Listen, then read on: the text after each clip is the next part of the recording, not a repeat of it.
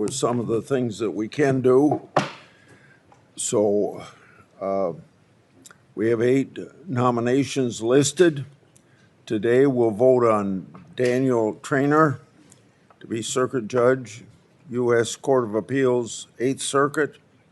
We're also voting on 4 District Court nominees: Angelo Comaro, Southern District of Texas; Casdine Mitchell, Northern District, Texas; Michael Martin, Eastern District, Michigan; and Antonio Pozzo, Eastern District of Pennsylvania.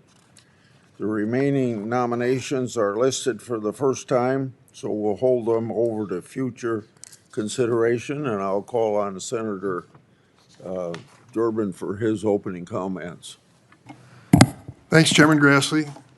Yesterday's hearing I can't easily forget in this room, because I asked a question of Mr. Todd Blanche about the opportunity he had to meet with the victims of Jeffrey Epstein.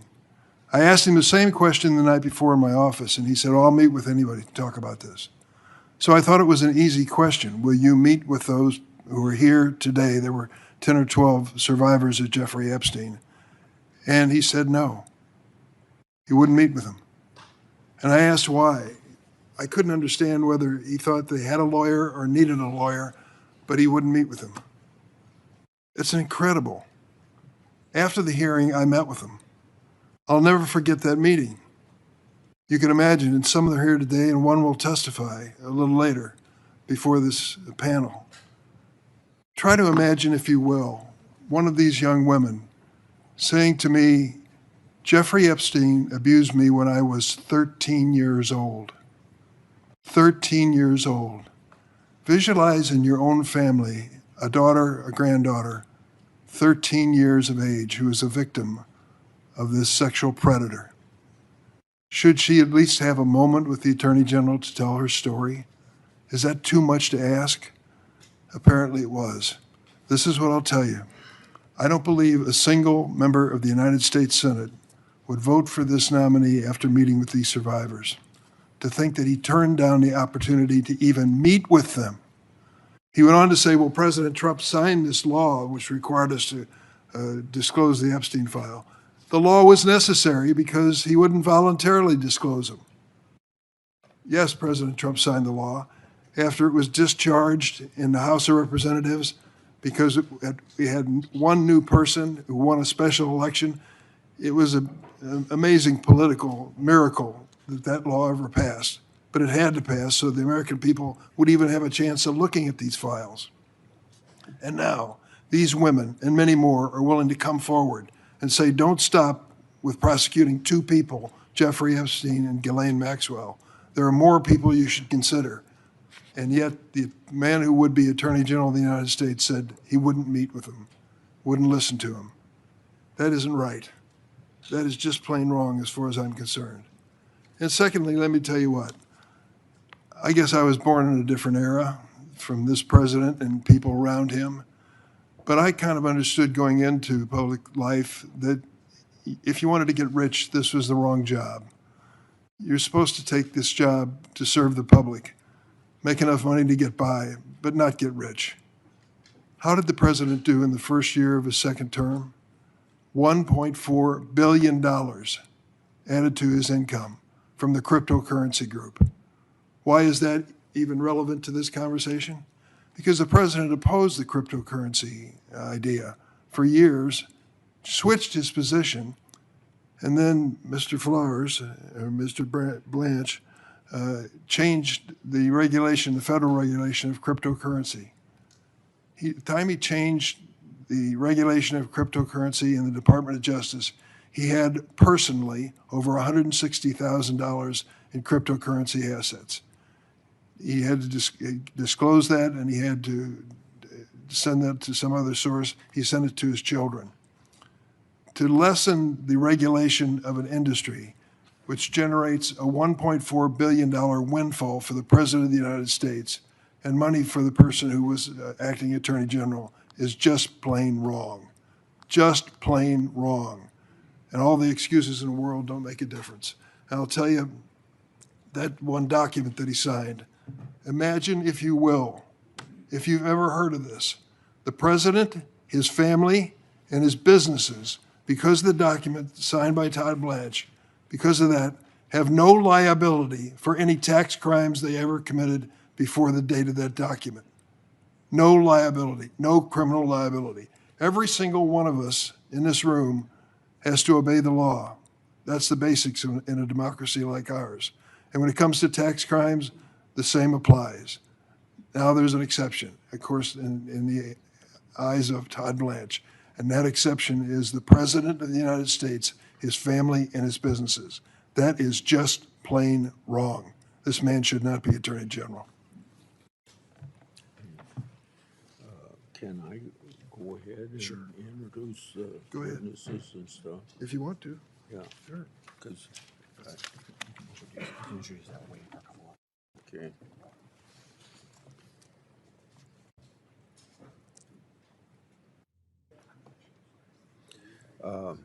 I'd like to enter into the record an article written by former Attorney General Bill Barr. His article urges the Senate to confirm Mr. Blanche. The article touts the successes of Mr. Blanche has already delivered while already leading the Department of Justice. It further stated, quote, Mr. Blanche has necessary qualities for the job. He is a skilled and accomplished lawyer with extensive experience in the department as a prosecutor and deputy attorney general. Throughout his career, he has shown the personal determination, discipline, and thick skin this position demands, end of quote. Without objection, it will be entered in the record.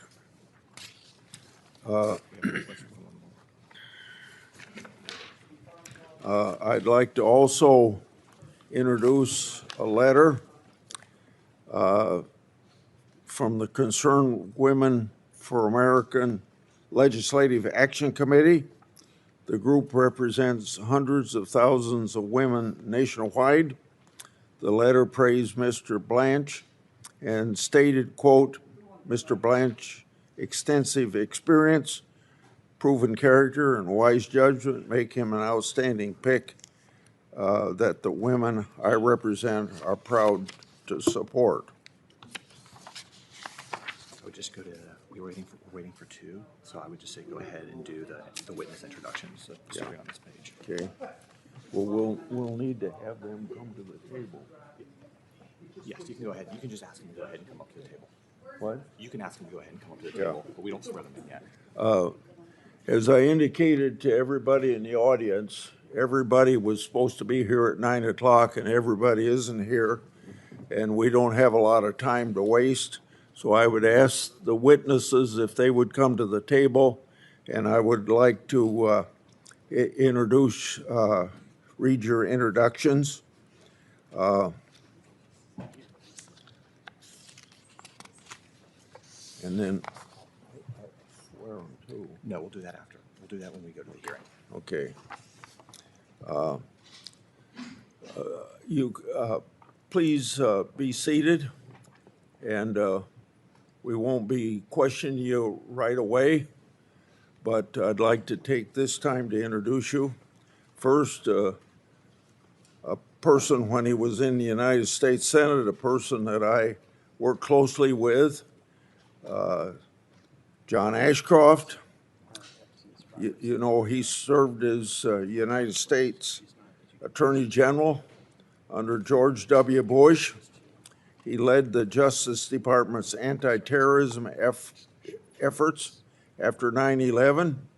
Mr. Ashcroft previously served for over 2 decades as Missouri's Attorney General, Governor, and then Senator. He's since founded a consulting firm and serves as distinguished professor at Regent University. Mr. Ashcroft understands how to lead the Justice Department free from political influence. Indeed, Senator Schumer once praised Mr. Ashcroft, quote, fidelities to the rule of law, end of quote. I look forward to hearing his perspective on Mr. Blanche's qualifications to lead the department. Next, I would introduce Jennifer Boss.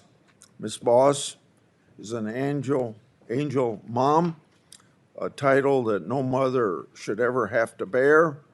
She suffered an unimaginable loss. Ms. Boss's daughter, Megan, was discovered in a dumpster belonging to an illegal immigrant. The man was arrested, but within 24 hours, he walked free. The sanctuary city and soft on crime policies of her home state failed to protect her daughter or deliver justice to the families. Ms. Boss had no recourse until President Trump learned of the case and ensured that the man was detained by ICE. Sadly, Ms. Boss knows firsthand how important it is to have Justice Department that listens to victims, pursues justice, and works to protect communities. Ms. Boss, I'm very sorry for your loss. I'm grateful for your testimony today. We also have John Edler, President of the Federal Law Enforcement Officers Association Foundation. He was a first responder at Ground Zero on 9/11 and has decades of experience in law enforcement. For years, he served as the Chief Firearms and Tactical Training Instructor of the Southern District of New York. While at that position, Mr. Adler met and observed Mr. Blanche's diligent work firsthand. Mr. Adler previously served as Director of the Bureau of Justice Assistance. Based on that experience and his decades in law enforcement, Mr. Adler now advocates for officers in the field. I look forward to learning his experience and perspective on Mr. Blanche's efforts to support law enforcement. And now, Senator Durbin, would you please introduce your guest? Thank you, Mr. Chairman. Let me say at the outset, at your request, I'm trying to accommodate the attendance issue, which we both struggle with, as you as chairman and me as ranking member. And one of my witnesses, minority witnesses, has not arrived yet. She was told it'd be a little bit later, we would start that. So I'm going to introduce her, and when she arrives, she'll take to the table and be sworn in by you, okay? Okay. All right. Thank you. The first minority witness is Danny Bensky. I met her yesterday. Ms. Bensky is a choreographer and dance educator. She's also a survivor of abuse by convicted sex trafficker Jeffrey Epstein, to whom she was trafficked when she was 17 years old. Ms. Bensky will tell us when she comes how, due to the carelessness of the Justice Department, graphic details of her abuse, as well as her identity, were released many times, despite her efforts to redact her information. She says that she, quote, won't stop fighting until the world is safer. I thank her for her courage, and I hope she arrives soon because of the change in plans. We've had some confusion. My second witness, the second minority witness, is Elizabeth Oyer. Thank you for being here. She was the Justice Department pardon attorney until March 2025. She oversaw the pardon office now run by the failed nominee and mega extremist Ed Martin. Prior to service in the Justice Department, Ms. Oyer was an assistant federal public defender in Maryland and a litigation partner at Mayor Brown. She's a graduate of Harvard Law School and the illustrious Georgetown University. She will tell us how her former office has devolved into a pay-to-play operation with mega donors jumping ahead legitimate pardon candidates, often without proper vetting, the height of corruption. How do we know this? Ms. Oyer was fired by Mr. Blanche just days after he took office for refusing to restore gun ownership rights to one of the president's personal friends, convicted domestic abuser and actor Mel Gibson. I yield, Mr. Chairman. Yeah. Now back to the work of our committee. We have one more member to get here. In the meantime, I want to enter into the record 9 letters supporting Mr. Blanche's nomination from major law enforcement organizations. Combined, these organizations represent hundreds of thousands of law enforcement officers from around our country who work every day to uphold the rule of law. The letters all praise Mr. Blanche's qualifications to serve as Attorney General and his collaboration with law enforcement Americans to keep everybody safe. One letter states this, so I quote, "We believe Mr. Blanche's leadership will help ensure that the Department of Justice remains focused on public safety, the rule of law, and providing unwavering support for law enforcement professionals who risk their lives daily to protect our families and communities." End of quote. Without objection, these will be entered in the record. Then also I want to introduce into the record a letter supporting Mr. Blanche's nomination from 23 state attorneys general. The letter praises the Justice Department's success under Mr. Blanche's leadership in combating violent crime, enforcing our immigration laws, ending race-based discrimination, prosecuting criminal enterprises, and rooting out fraud against taxpayers. The letter goes on to state, quote, "At a time when Americans expect their government to protect communities from violent crime, narcotics trafficking, human trafficking, terrorism, and organized criminal activity, Todd Blanche has shown the ability to deliver real results.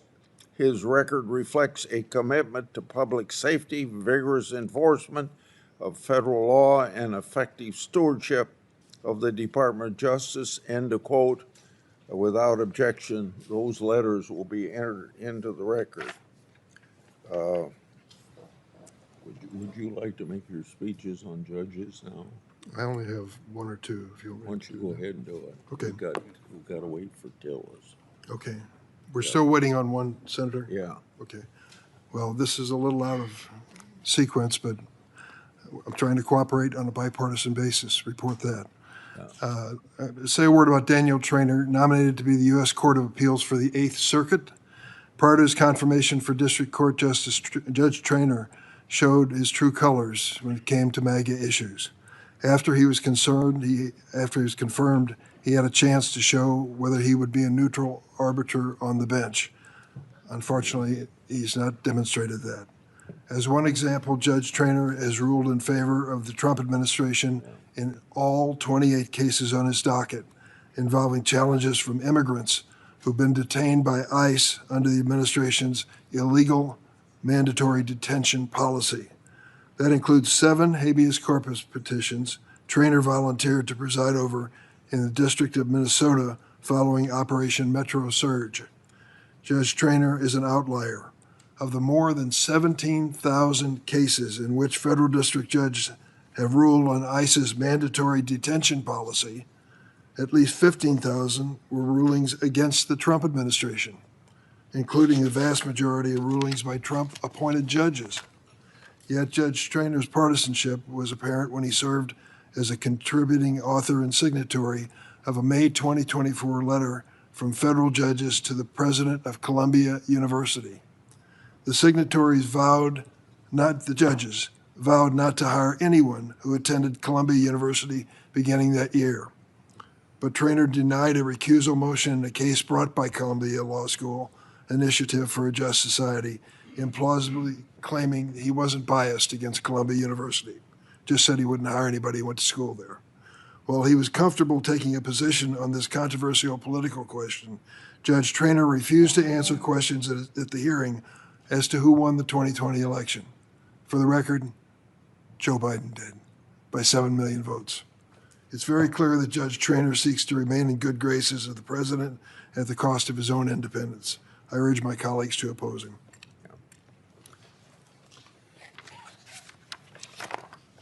I'd like to introduce into the record a letter supporting Mr. Blanche's nomination. This letter is from the American Center for Law and Justice. The letter states, quote, Mr. Blanche has demonstrated the experience, judgment, leadership necessary to guide the Department of Justice at a time when the faithful administration of our laws is a paramount importance. His service as Deputy Attorney General and most recently Acting Attorney General, together with his distinguished career as both a federal prosecutor and defense attorney, has given him a broad understanding of the department's responsibility and the constitutional principles that must guide him in his work. Without objection, this will be entered in the record. Now we'll have 77 former Department of Justice official writing a letter in support of Blanche. So I'll enter this in the record, and I want to quote from this letter. Todd Blanche understands that the department's mission is to deliver justice, not to serve political interest and entrenched bureaucracies. He has shown the courage and institutional knowledge to restore the focus on public safety, law enforcement support, and the rule of law. His career path from paralegal to prosecutor to second highest position in the department gives him a perspective few others possess. He knows what works because he has lived it at every level. So without objection, the department, or the letter from 77 former DOJ officials will be inserted. We have a letter from the First Liberty Institute, the nation's largest legal organization dedicated solely to defending religious liberty.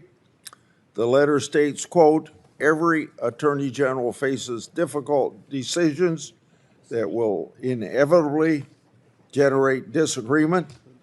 The proper question before the Senate is not whether members agree with every future judgment, but whether the nominee possesses the character, experience, legal ability, and commitment to constitutional government necessary to faithfully discharge the office. Mr. Blanche's career demonstrates those qualities. Without objection, that will be entered into the record. Do you want to ask if anybody else on dais wants to make any? Yeah. Is he here? He's coming, he's walking up. Okay. When tell us coming. Okay. We're still waiting on Tillis. He's walking up right now. Yeah. Can we start? No, we have to wait. He said he's walking up, is what they just told us. Okay.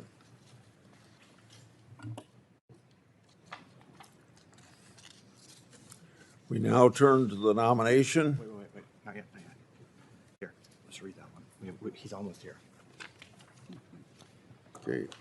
Now I have one other letter to enter into the record by Jacob Teitelbaum. He praised Mr. Blanche's legal acumen and character, stating, and I quote, on more than one occasion, I witnessed Mr. Blanche's continue to provide first-rate representation after learning that a client was facing severe financial hardship, often taking on cases on a pro bono or substantially reduced fee basis. It was evident that to him, practicing law was not merely a profession, it was a calling rooted in fairness, dignity, and compassion. These are precisely the qualities that I believe our nation needs in its next Attorney General. firmness to the pursuit of justice, joined with mercy and respect for every person who enters the law, end of quote. Okay, we can vote now. Okay. We'll now turn to the nomination of Daniel Trainer to be Circuit Judge, U.S. Circuit Court of Appeals, 8th Circuit. Clerk will call the roll. Mr. Cornyn. Aye. Mr. Lee. Aye. Mr. Cruz. Aye. Mr. Hawley. Aye. Mr. Tillis. Aye. Mr. Kennedy. Aye. Mrs. Blackburn. Aye. Mr. Schmidt. Aye. Mrs. Britt. Aye. Mrs. Moody. Aye. Mr. Durbin. No. Mr. Whitehouse. No. Ms. Klobuchar. No by proxy. Mr. Coons. No by proxy. Mr. Blumenthal. No by proxy. Ms. Hirono. No by proxy. Mr. Booker. No by proxy. Mr. Padilla. No by proxy. Mr. Welch. No by proxy. Mr. Schiff. No. Chairman Grassley. Aye. On this vote, the ayes are 11, the nays are 10. The nomination will be favorably reported. Now we go to Angela Colmanero, Judge, U.S. District Court, Southern District, Texas. Clerk will call the roll. Mr. Cornyn. Aye. Mr. Lee. Aye. Mr. Cruz. Aye. Mr. Hawley. Aye. Mr. Tillis. Aye. Mr. Kennedy. Aye. Mrs. Blackburn. Aye. Mr. Schmidt.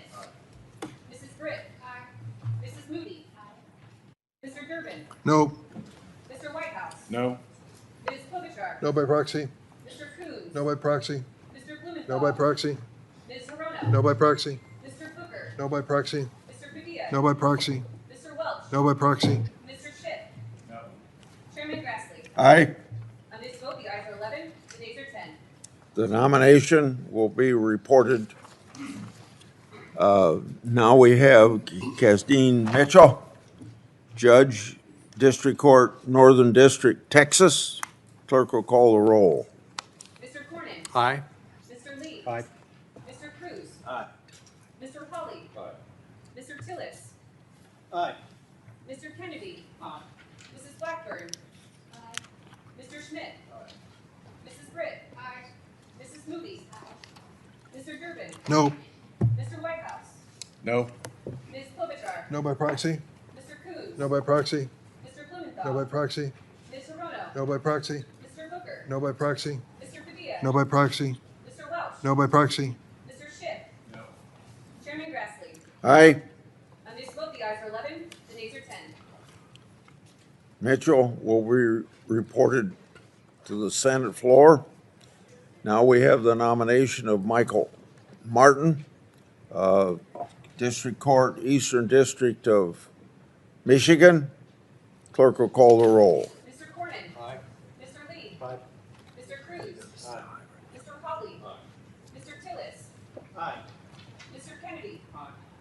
Mrs. Blackburn. Mr. Schmidt. Mrs. Britt. Mrs. Moody. Mr. Durbin. Aye. Mr. Whitehouse. Aye. Ms. Klobuchar. No by proxy. Mr. Coons. No by proxy. Mr. Blumenthal. No by proxy. Ms. Hirono. Yes. Mr. Booker. No by proxy. Mr. Padilla. No by proxy. Mr. Welch. No by proxy. Mr. Schiff. Aye. Chairman Grassley. The nomination will On this vote, the ayes are 14, the nays are 7. The nomination will be favorably reported. Now, the last one is Antonio Pozzo, Eastern District, Pennsylvania. Clerk will call the roll. Mr. Cornyn. Aye. Mr. Lee. Aye. Mr. Cruz. Aye. Mr. Hawley. Aye. Mr. Tillis. Aye. Mr. Kennedy. Mrs. Blackburn. Mr. Schmidt. Mrs. Britt. Mrs. Moody. Mr. Durbin. Aye. Mr. Whitehouse. No. Ms. Klobuchar. No by proxy. Mr. Coons. No by proxy. Mr. Blumenthal. No by proxy. Ms. Hirono. No. Mr. Booker. No by proxy. Mr. Padilla. No by proxy. Mr. Welch. No by proxy. Mr. Schiff. Chairman Grassley. Aye. On this vote, the ayes are 12, the nays are 9.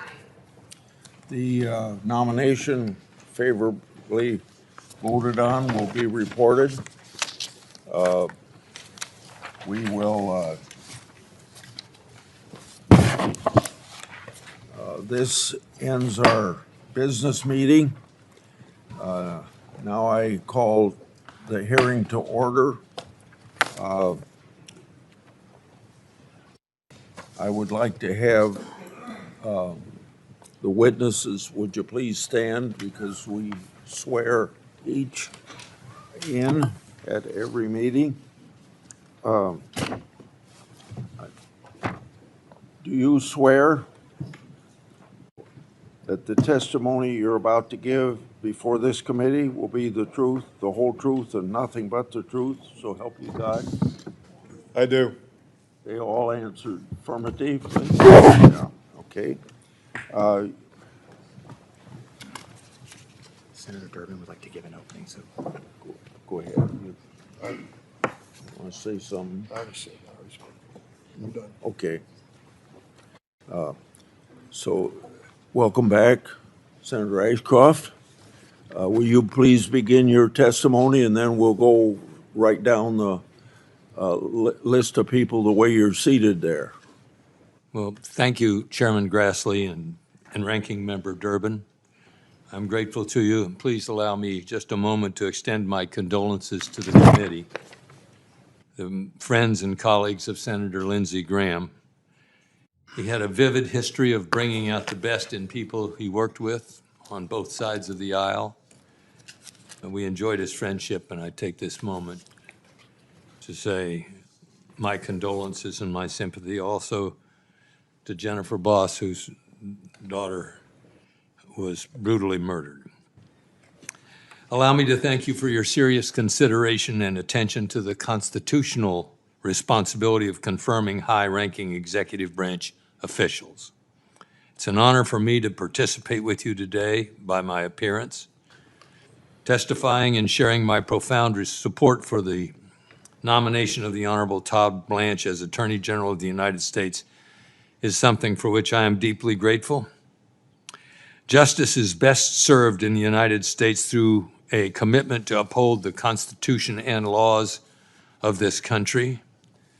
Integrity is an indispensable imperative for the rule of law. The rule of law is the best friend of constitutionally guarded liberty. For the highest quality administration of justice, law enforcement must never be diluted nor contaminated by personal bias or political preferences.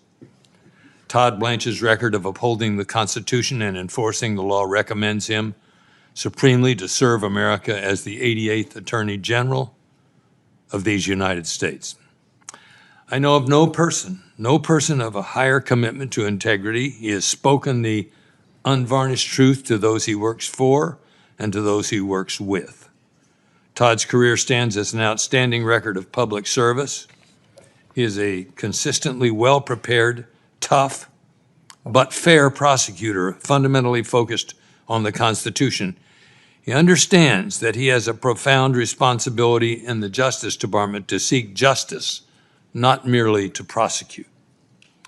25 years ago, during my opportunity to serve as Attorney General, Todd worked as an individual in the Justice Department. And in his law school years, Todd worked with the Justice Department, and in that respect, upon graduation from law school, he clerked for several judges, two of whom are now serving on the respected nationally focused Second Circuit Court of Appeals. So he had an understanding of the law from both the prosecutorial side and the side of the bench. Following his clerkships, Todd became an assistant United States attorney as the U.S. Attorney Office for Southern District of New York, a premier prosecutorial office of the United States. He spent roughly 2 years as the co-chief of the Violent Crimes Unit, supervising there nearly 24 prosecutors. Then served as a co-chief of the office's White Plains Division, where he presided over a wide span of work: public corruption, securities and bank and wire fraud, federal programs fraud, Medicare fraud, RICO, and violent crime. Today, as Deputy Attorney General and Acting Attorney General, Todd energizes the roughly 115,000 employees from across Maine Justice, the FBI, the DEA, the U.S. Marshals Service, ATF, and 93 U.S. Attorney's offices that span the United States. He's conducted the department's daily operations at full scale, demonstrating his readiness to manage the office in his own right. Todd therefore brings to the Department of Justice a relevant reservoir of experience, coupled with sound judgment on an array of different issues. They're all related to law enforcement and the administration of justice. He understands that the rule of law exists to secure this and safeguard the God-given rights of liberty and freedom in America. In professional moments, both private and public, I have seen Todd's thoughtful, decisive, yet humble leadership. He's a careful and willing listener, skilled at welcoming diverse viewpoints. He is adept at synthesizing and harmonizing different voices in complex situations. He is comfortable in being held to account, and he will require those in the department to be similarly accessible and accountable. Todd Blanche's record reflects a commitment to the rule of law and the Constitution. Our 250th anniversary properly reminds us that liberty is the core value of America. In fact, it's a core value of human existence. To safeguard this core cultural value, America needs an Attorney General exclusively devoted to the rule of law and who unfailingly will honor his oath to the Constitution. Todd Blanche is the right person for that responsibility. Mr. Chairman and committee members, thank you for what I consider to be a privilege to appear before this committee and communicate to you my unreserved endorsement of Todd Blanche for Attorney General of the United States. And I thank you for this opportunity. Thank you, Mr. Ashcroft. Now, Ms. Bensky. Thank you. First, I'd like to thank you and the committee. Microphone. Push the red button. There we go. Thank you. First, I'd like to thank you all, and thank you to the committee for hearing survivor voices. I'd like to remind you of who you're hearing from today. At this time, can my survivor sisters and family please rise? We may look like grown adults when you see us now, but we were children, young girls at the time of our abuse. These are the photos of when our innocence, dreams, and lives were stolen. Please take these faces in as you think of us as your own family, daughters, nieces, sisters. Now look at our faces and remember the women and families of who the DOJ re-victimized. You guys can sit. Thank you so much. I'm a teacher. In my school, if a student released a nude photo depicting a peer's sexual assault and abuse, they would almost certainly face expulsion. And yet, this is what our Department of Justice did to crime victims. Today, Todd Blanche has been at the helm of the release of nude images of survivors, the outing of Jane Does, and the exposure of more than 100 victims identifying information and documents describing horrific acts of abuse, including my own. Instead of treating this release as its own violation and holding the man who led it accountable, you have a decision on whether you place him in the highest law enforcement position in this country. In December, before the document release, our attorneys submitted 350 victims' names to the Department of Justice as victims' names to be redacted prior to the release. In that first release, I found my name in 2 places. In that next release in January, my name appeared again, but this time the redactions were so far worse. The files displayed not only my name, but my phone number, my former addresses, where I worked, and other identifying information. When my name appeared in the 3rd file release, it became difficult to believe that this was not intentional. Despite my lawyer repeatedly contacting the DOJ, seeking protection, my information continued to be exposed. And it's not just my name, it's the identifying information. These documents contain disturbing yet incomplete accounts of my abuse. They were available not only for the entire world to see, but my child, my students, my friends, my employers, my colleagues, and my family. It was humiliating. Worse, my FBI 302 exposed a Jane Doe who had fought for decades to conceal her identity. It's been absolutely devastating. Outing survivors causes real and irrevocable harm. While coping with our emotional distress and psychological trauma, we also have lost our privacy and confidentiality, suffered reputational harm, lost jobs, and now fear for our personal safety. We are not activists. We are crime victims. For us, this has never been about politics. It has been about getting justice for the crimes committed against us. And the redactions are not the only problem with Todd Blanche's nomination. Todd Blanche has never attempted to listen to us, the crime victims. Survivors in this room repeatedly asked to meet with Todd Blanche through multiple channels. He never responded. Yesterday, he said he would meet with us, with our attorneys, if they were present. But let's be clear, that was the first time that was ever communicated to us before yesterday. He simply ignored us for the last 8 months. He's been radio silent, and the silence was deafening. Crime victims deserve better from the nation's highest level of law enforcement officials. We deserve to be heard directly, not dismissed and ignored. There are numerous investigative leads that must be followed, despite Mr. Blanche's claim that there are none. Epstein and Maxwell did not abuse women and children alone. They did not build their operation alone. Others enabled these crimes, exploited victims, and avoided accountability for decades. You do not have to take my word for it. Several weeks ago, after examining the evidence, Chairman James Comer directed Todd Blanche to open investigations into 2 men connected to Epstein. The Epstein files are not merely a collection of embarrassing names and politically damaging associations. They are records connected to the sexual exploitation and trafficking of girls and young women.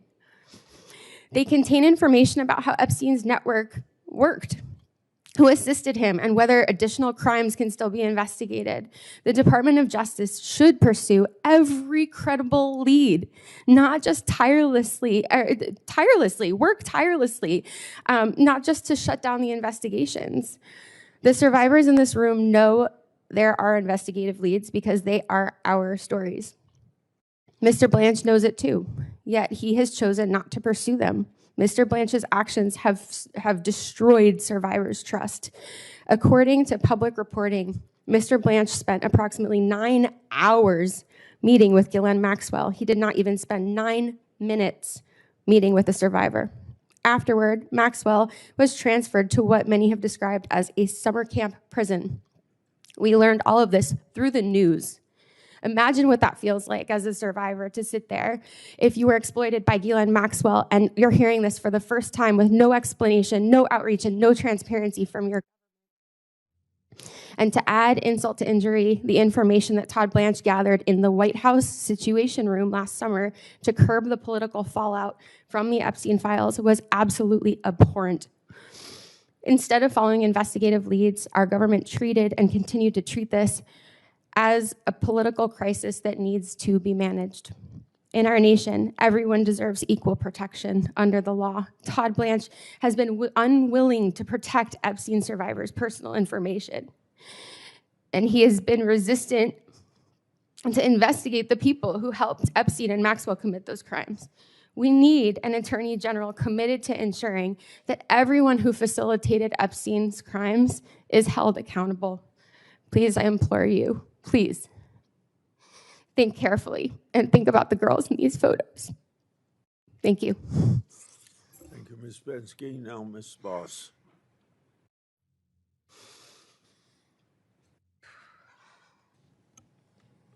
Thank you, Chairman Grassley. Is it on? Thank you, Chairman Grassley and Ranking Member Durbin and members of the committee. Can you pull it real close to you? Put you there. Yeah, I think that's right. My name is Jennifer Boss. I live in Antioch, Illinois. I'm the mother of an angel named Megan Boss, and I'm here because my daughter's tragic and gruesome death has exposed catastrophic failures in immigration enforcement and drug trafficking policies. The investigation into her death continues, but one truth is painfully clear. Dangerous gaps in our system allowed an illegal alien to exploit our laws, and my daughter paid the ultimate price. Losing Megan and then being forced to navigate multiple broken systems while drowning in grief taught me that policies carrying life or death consequences cannot remain political talking points. That's why I've tried, despite the most intense heartache anyone can ever experience, to speak locally and nationally about the 4 crises that compounded our tragedy: illegal immigration, sanctuary policies, the fentanyl crisis, and cashless bail. I'm so grateful that the whole of this administration, with Todd Blanche leading the DOJ, has prioritized all 4 of these issues. I'm asking the committee not to wait until another mother is sitting where I am. Confirm Todd Blanche. He is a leader who will uphold the law, honor victims, confront dangerous criminal organizations, and fight to give other American families the safety and lasting protection that came too late for mine. I couldn't save my daughter, but Todd Blanche is Attorney General. He might save yours, because next time it could be your child. It could be your family. It could be you. This can happen to anyone. We must have leaders that are willing to act before the next life is taken. Leaders that are willing to confront the failures instead of explaining them away. Leaders like Todd Blanche. Megan was my firstborn. She was a mom and a sister and an aunt, loyal friend. She was bubbly and funny. She loved to be silly. Sorry. She was extraordinarily creative. And she was blessed with a spirit that just lit up the room. In February of 2025, Megan disappeared. For 51 days, our family lived in the most unbearable agony. Day after day, I did everything I could think of to search for her. Instead of bringing Megan home, our search ended with the most unbearable truth a mother could ever be forced to face.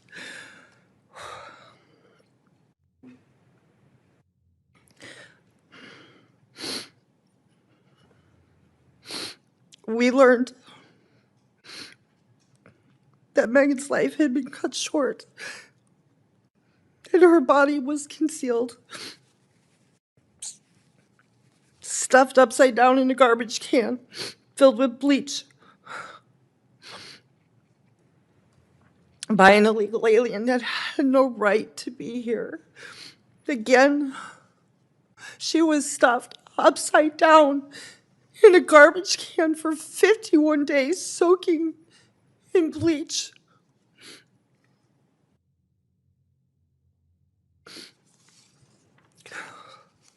For 7 weeks, this man walked past that garbage can on his way to the bakery he worked at every day under a fake name.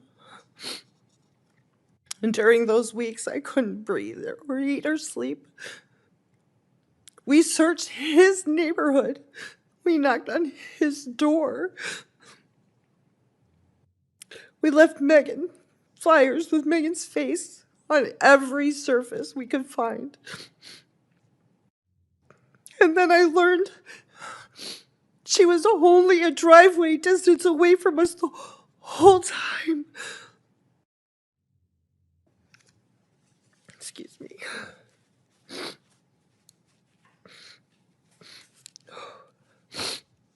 Not only was she killed, but her dignity was stolen in death.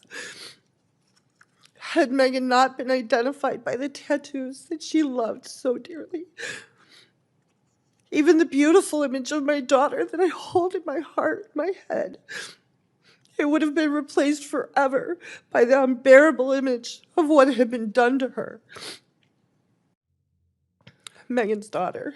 She was only 5 years old when this happened.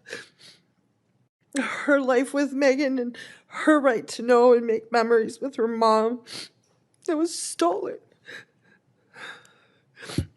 This is Megan's bracelet. It's a charm bracelet we started when she was 5. And it has every memory on it from growing up. Every milestone, every place that we visit, anything that was important to her. It's here. This is her story. And these are the stories that she should be telling her daughter. I have to hope I can remember them all. There's so many.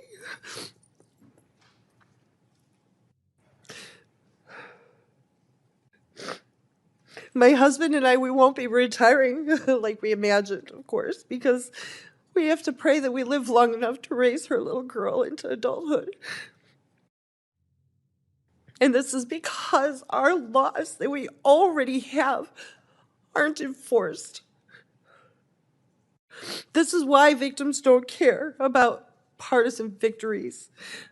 We care whether the dangerous criminals and drug traffickers and cartels are stopped before another loved one is buried and another family's life is shattered. Right now, governors and local officials enact sanctuary protections, cashless bail policies, and identification laws that undermine federal enforcement and create dangerous public safety loopholes. A criminal that's released under a reckless local policy does not remain inside that city or state. He can cross into yours. Megan's perpetrator was released the day after he was arrested. Do you want him as your neighbor? Angel families have told me how they've been entirely abandoned and ignored by the government. Our children and our families were politically inconvenient. Some of these angel families have been asking for someone to listen to the stories and learn from what's happened to us for more than 25 years.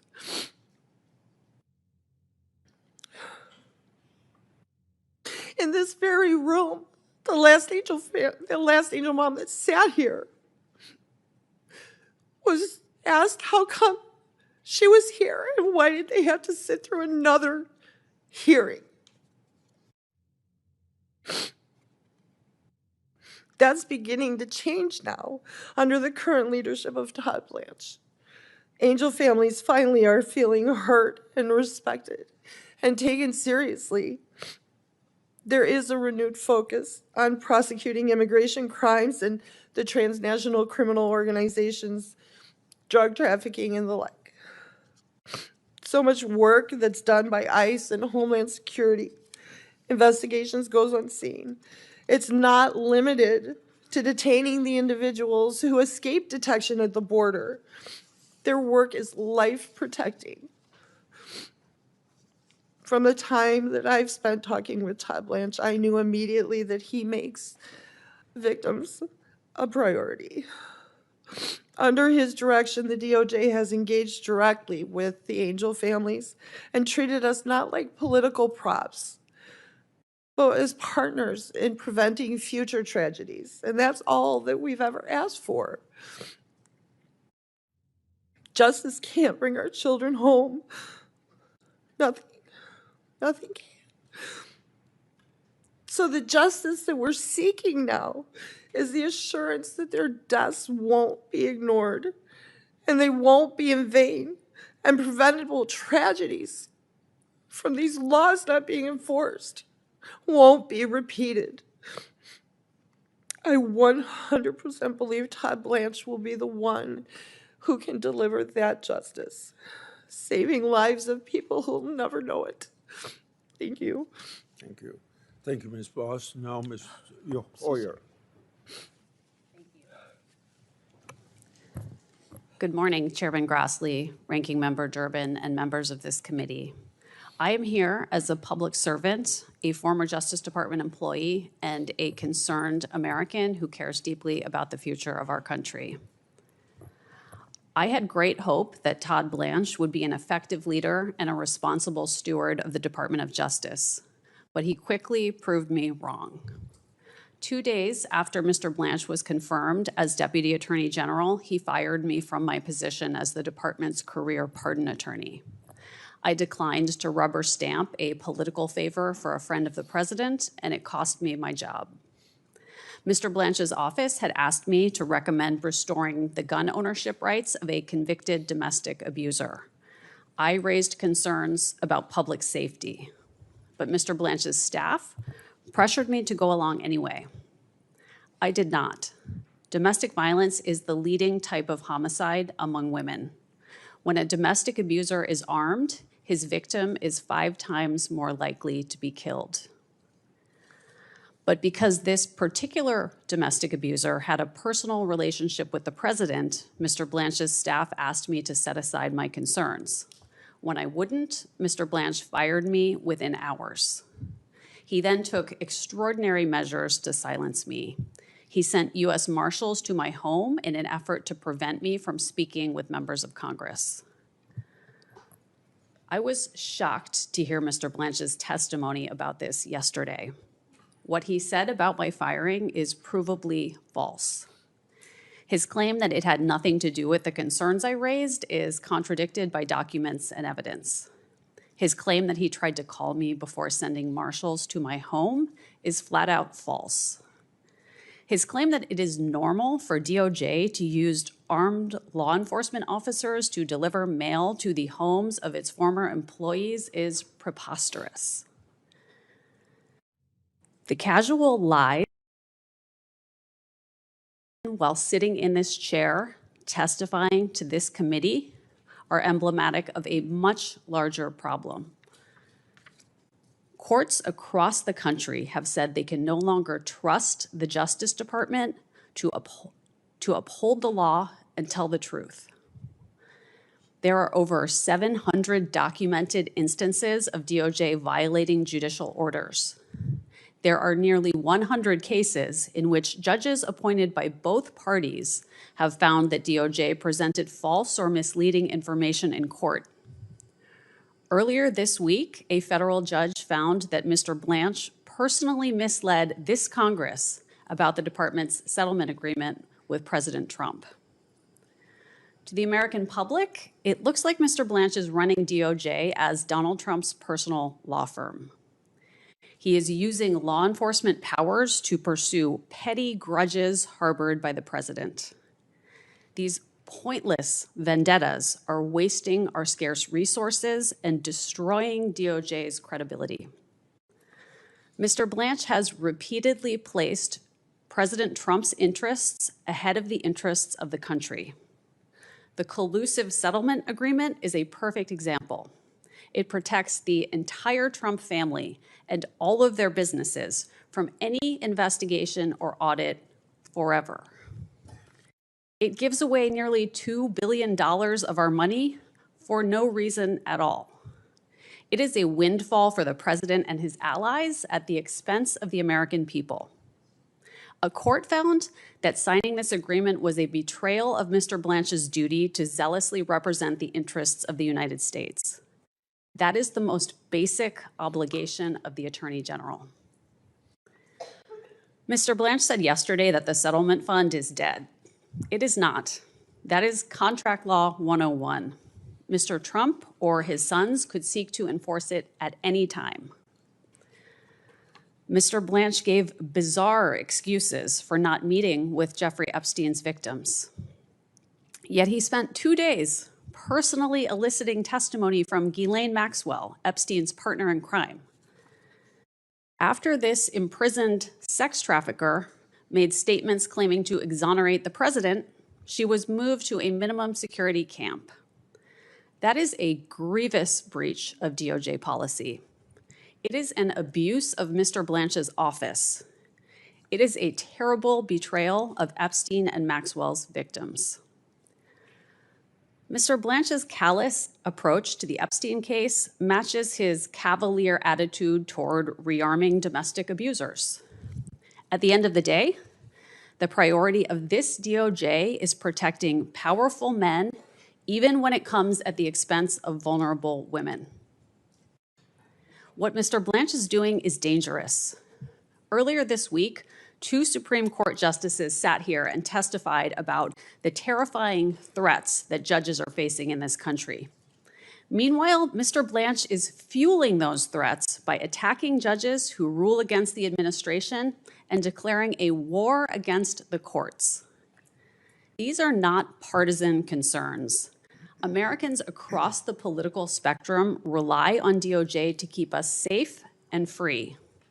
Mr. Blanche has shown that he is willing to put all of that at risk to serve a political agenda. I beg the members of this committee to think about what this is costing our country. Please do not degrade our justice system further by promoting Mr. Blanche. Thank you. Thank you, Mr. O'Hara. Now, Mr. Adler. Good morning, Chairman Grassley, Ranking Member Durbin, and distinguished members of the Senate Judiciary Committee. My name is John Adler, and I appear before you today in my personal capacity to provide testimony in support of the nomination of the Honorable Todd Blanche to serve as the United States Attorney General. I respectfully offer my perspective both as a former colleague of Acting Attorney General Blanche and as a national law enforcement organization leader. My experience in law enforcement spans over 30 years, and I was honored to serve under 10 attorney generals as a federal law enforcement officer. Concurrent with my active duty law enforcement service, I also served as the national president of the Federal Law Enforcement Officers Association for 2 terms, representing federal offices from 65 different agencies nationwide. As a volunteer law enforcement leader, I had and continue to have the privilege of serving with the leaders of the largest national law enforcement organizations, including the FOP, NAPO, NSA, IACP, and others. I have dedicated my life towards making it safer for those who serve and supporting innovative approaches towards augmenting both officer and public safety, which are intertwined. As a career tactical instructor, I emphasize marrying tactical proficiency with compassion and civility. Within a legal context, I am convinced that Acting Attorney General Blanche exudes this. When I joined the U.S. Attorney's Office in April 2001, I met an incredibly intelligent and highly motivated paralegal by the name of Todd Blanche. My first impression of then paralegal Blanche was that he moved like a football fullback, carrying the federal criminal statutes book under his arm as he charged through the revolving doors. It didn't take long for me to figure out why all the prosecutors were so friendly with Mr. Blanche. They all wanted him on their trial teams. It was clear from the beginning that paralegal Blanche had a passion for prosecuting violent crimes. He later became an assistant U.S. attorney, and his amazing work ethic and passion for combating violent crime were unparalleled for a new AUSA. AUSA Blanche exuded the speak softly but carry overwhelming evidence demeanor. It was no surprise to anyone at the office that AUSA Blanche ultimately became the co-chief of the Violent Crimes Unit. It was clear that Unit Chief Blanche was fully committed to litigating violent crime cases in furtherance of public safety. For context, I want to emphasize that the Acting Attorney General began his paralegal and prosecutorial career in an office that was predominantly represented by AUSAs with different political views. What impressed me during my 16 years with the U.S. Attorney's Office was the unified commitment to the rule of law, irrespective of political affiliation. I am absolutely convinced that if confirmed as the Attorney General, Acting Attorney General Blanche will carry forward that spirit and unwavering commitment to the rule of law. During the terrorist attacks on September 11, 2001, the U.S. Attorney's Office in the Southern District of New York was located in the hot zone in New York City. While we often hear the Acting Attorney General speak of the extraordinary bravery of first responders who run forward into harm's way, he exuded that charge-forward spirit during the challenging days following 9/11. I have profound respect for his service-above-self spirit then, and it has only grown. Moving forward to Deputy Attorney General Blanche's tenure as the Acting Attorney General, his outreach and engagement with law enforcement nationwide has been extraordinary. Same can be said for his 24/7 staff. In speaking with my fellow national law enforcement organization leaders, it is clear that they have great respect for the Acting Attorney General and appreciate his commitment to backing the blue. Acting Attorney General Blanche has demonstrated a strong commitment to officer safety and ensuring that all law enforcement officers have the same protection under the law. According to the FBI's recent annual report, 90,000 law enforcement officers were assaulted in 2025. That represents a 10-year high. Acting Attorney General has made clear that his department will stand by law enforcement and support the prosecution of anyone who assaults a law enforcement officer. Civility does not work when it's one-sided. He has earned the respect and admiration of officers nationwide. In terms of civility, Acting Attorney General Blanche has distinguished himself during the substantial time he spent with all the national law enforcement organizations during National Police Week. In particular, the time he spent with the concerns of police survivors, which are the survivors of our heroes killed in the line of duty, was heartfelt and riveting. Much like his powerful support for our angel families, Acting Attorney General Blanche is equally supportive of the surviving family members of our fallen heroes. And I have no doubt he will continue that as he prioritizes the safety of all Americans. As the father of a beautiful teenage daughter, I worry about her safety every day. I expect our government leaders to do everything they can to support a safe and just quality of life for all our children. That should be an unbreakable priority. I sleep well knowing that my daughter's safety and all Americans are an unwavering priority for Acting Attorney General Blanche and his team. Under his leadership and through the dedication of all law enforcement officers, violent crime continues to be driven down. We must sustain these powerful results, and we need Acting Attorney General Blanche to be confirmed as our nation's chief law enforcement officer. Throughout my law enforcement career, I wore and continue to wear a pendant that has John 15:13 inscribed.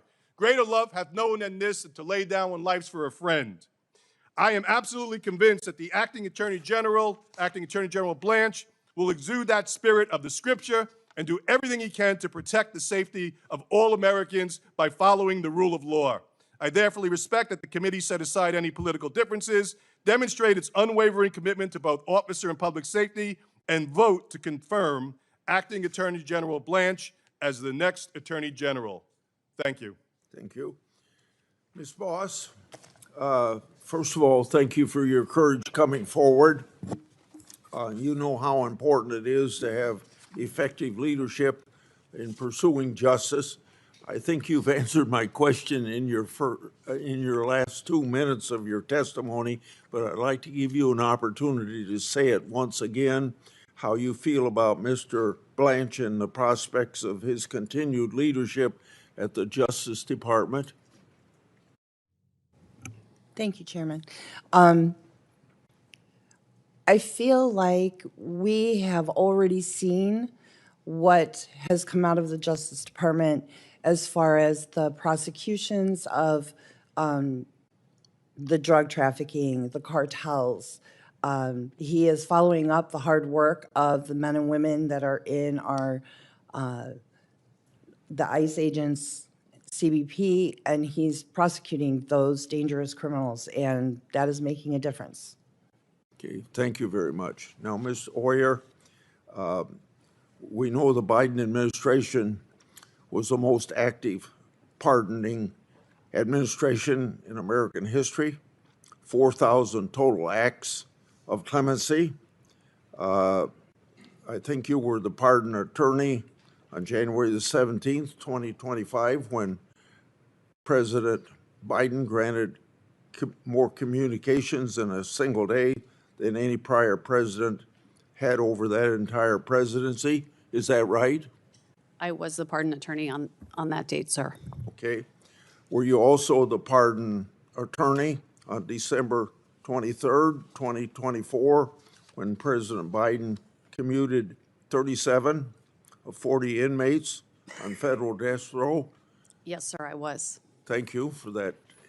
So I want to bring up some of these commutations. Thomas Sanders, who killed a 12-year-old girl, Lexis Roberts. He shot Lexis 4 times and slit her throat after the girl had witnessed him murder her mother. Did you object to President Biden's commuting his sentence? Sir, I'm not able to discuss the recommendations that I've made to the president regarding acts of clemency. Can you speak Did you turn your microphone on? I believe it's on, sir. You were the pardon attorney, yeah. I In that was, ca- yes. Yes, You sir. recommended, you didn't object to the recommendation. Sir, I'm not able to discuss the recommendations I provided to the president about Okay. clemency matters, which are I considered want to you to be know, covered by executive privilege. okay, I want you to know that I have read evidence that you made this recommendation. So are you telling me the evidence I read that I'm wrong? So did you make the recommendation, or you don't want, you're telling me you can't talk about it? Sir, just like Mr. Blanche explained yesterday, I'm not free to discuss the recommendations that I provided to the White House because they are covered by executive privilege. You can't even tell me if you contacted the victim's family? You can't say yes or no to that? Sir, I cannot talk about the discussions I had unless the White Okay. House chooses to waive the executive privilege. I would be happy to come back and speak with you or other members of this committee. And I think what I'm going to do is I'm going to tell you what I know. So let's go to the case of Jorge Avila Torres, who stabbed to death 8-year-old Laura Hobbs and 9-year-old Crystal Tobias, who were riding their bicycles in a Chicago suburb. He had also sexually assaulted at least one of them. And 4 years later, he strangled to death a 20-year-old naval officer, Amanda Snell, in her barracks. So you can't talk about this, but I have read evidence that you made this recommendation, and you can't even tell me yes or no whether you made that recommendation. Well, sir, what I can tell you is that President Biden did commute the sentences of 37 individuals who were on death row to sentences of life imprisonment, and all of those individuals will remain incarcerated for the rest of their lives, most likely in maximum security Okay, well, we know prisons. what the commentation did, but the fact is that they were taken off death row. Then we have the case of Dylan Roof, shot up a church in South Carolina. That made national history for a long period of time in his trial. He murdered 9 African Americans in a racially motivated attack. And you're telling me you can't talk about that, but I have read evidence that you made this recommendation. And since you can't comment on it, I'm just going to have to tell you that you made that recommendation. Robert Bowers murdered 11 people in Pittsburgh Tree of Life Synagogue in the deadliest attack on a local Jewish community in American history. And you're telling me you can't talk about the commutation of Robert Bowers, but I want to tell you that I have read evidence that you made this recommendation. And then also Johar Tsarnaev planted bombs at the 2013 Boston Marathon, killing 3 and injuring hundreds in an act of terrorism. And you're telling me you can't talk about that, but I want you to know that I have read evidence that you made this recommendation. And it seems pretty, I'm going to give you a chance to react to it, but it seems pretty obvious that you were fired because the current Justice Department leadership disagreed with how you handled the pardons last administration. You want to respond? Sir, regarding these cases, these are absolutely horrific cases, and every one of the individuals you mentioned will remain incarcerated for the rest of their lives, most likely in a maximum security prison facility. As far as the reasons for my firing, I've been in litigation with the Justice Department for over a year about my firing, which was plainly illegal. And Mr. Blanche's comments in this room yesterday are the first time I have ever heard the explanation that I was fired because of recommendations I made to the prior administration about how to accomplish their clemency objectives. Mr. Blanche's Justice Department submitted a pleading to the Merit Systems Protection Board that stated that the facts about my firing were not in dispute. The facts, as I have been saying for 1 year plus, are that I was fired within hours of declining to make a recommendation that I believed was very dangerous. And Mr. Blanche's statement yesterday that it was for another reason materialized out of thin air and has never been stated before. Okay. Mr. Ashcroft, you served this nation with distinction during your tenure as Attorney General. You know what it takes to do the job and to do it well. Based on Mr. Blanche's leadership of the Justice Department during this administration, do you believe he would serve as an effective and capable Attorney General?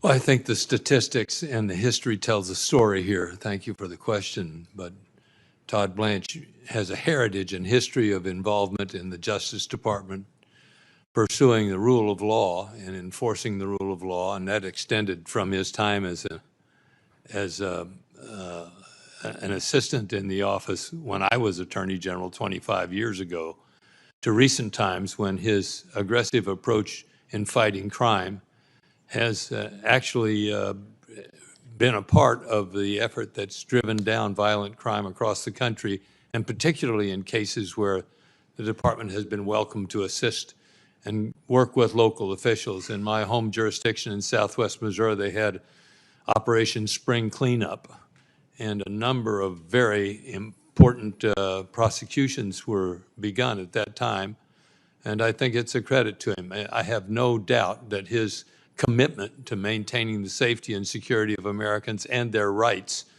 will be pursued in the pursuit of the rule of law and within the bounds of the Constitution of the United States, which is the framing that I think every American expects, that the Constitution and rule of law of the United States be followed and defended. Mr. Durbin. Senator Durbin. Thank you, Mr. Chairman. Ms. Boss, breaks my heart to hear the story of you and your loss of your daughter. And I just want to say my heart goes out to you and to your husband. Carrying on for her with your granddaughter is the greatest tribute you can give her, I'm sure. I'm sorry you went through this terrible tragedy. I'm glad you're here today to tell that story. Ms. Pinsky, it's hard to imagine that this government kept publishing your personal information. Did anyone notify them of this breach of privacy? Yeah, I mean, we notified them immediately back in the first document release, and even before the document release happened, after the Epstein Files Transparency Act passed. Like I said in my testimony, my lawyer teamed up with other lawyers and gave 350 names. And basically every batch that came forward, all the way through basically, I believe it was April, but in the January batch, I was exposed. So did this happen to any of the others who were present here Oh, today? yes. I mean, all. I think almost all, yeah. Yes, there were hundreds of victims that were outed and Jane Doe's. And, you know, I do want to speak to just the damages for a moment. You know, we've been receiving threats. We've had loss of jobs. We've had loss of confidentiality and privacy. But there's another piece here, and it's that this idea of withholding information, we're trying to get justice. We have always been trying to seek justice. And we're seeing, if you just even look at New Mexico right now, that the New Mexico AG has attempted 5 times to get the files from Todd Blanche and from this DOJ, and it's obstruction. They are obstructing. So for us, yes, of course, there are so many damages. There are so many things that we are mourning the loss of, including a lot of our innocence and who we were as these young girls. But to still see it be obstructed after 30 years, and this is 5 administrations. We're not saying that this is just this administration. We've been at this fight for 30 years. So we just really hope that, you know, there's a huge impact as far as just releasing information and making sure that it's followed up on. I can't understand how this Attorney General can find 48 hours to visit with Ghislaine Maxwell, Yeah. who has been prosecuted for sex trafficking Yeah. and can't find 30 minutes to meet with the survivors of that sexual predatory Yeah. conduct. It's certainly not for lack of trying. We have tried in every way we know how to try. And then we did hear from him yesterday that he would sit with counsel. And I would say, I think many of us in this room would be interested in meeting with him today if we could. Many of the members of the committee will remember when we had the Olympic athletes in here who had been sexually abused, and the head of the FBI sat through their entire testimony Yeah. to show his concern for what had happened to them and any wrongdoing by the Federal Bureau of Investigation. That, to me, was the right thing to do from both sides. Why in the world would Mr. Blanche at this point say he doesn't have the time? I couldn't understand his argument yesterday. He couldn't see you because you had a lawyer, or he couldn't see you because you didn't have a lawyer. Yeah, I think it was because we had a lawyer. But, I think as a career prosecutor, we talk so much about Todd Blanche's credentials in this room, and we've heard a lot about them. And that's great. But I think as a career prosecutor, he should be salivating by this case, right? This case is, it's gold for somebody that wants to prosecute. There are 6 million files. There are thousands of victims. And yet all we've seen is one perpetrator that died in prison. The other perpetrator is now in a minimum security penitentiary. And Todd Blanche believes that there are 0 investigations when he's already been told by members of the House that that is inaccurate. I'll just tell you point blank, I don't think his name should be called on the floor of the United States Senate until he meets with you. Yeah, I agree. It's not too much to ask. Set aside 2 hours, 4 hours, whatever it takes, so that there's clearly an effort by this government to get all the information. Yes. And make a judgment as to what to do with it. But to shun you and to snub you at this point, there's something else going on here. There's got to be, someone told me once in politics, there's always a good reason, and then there's always a real reason. What is the real reason why Todd Blanche does not want to meet with the survivors of Jeffrey Epstein? It appears from the outside reputational harm. And that is what I think is at the core of this, that he prioritizes the reputation of the administration over survivors of sexual abuse and of crime survivors in this country. Well, I hope the message goes out to all senators on both sides of the table.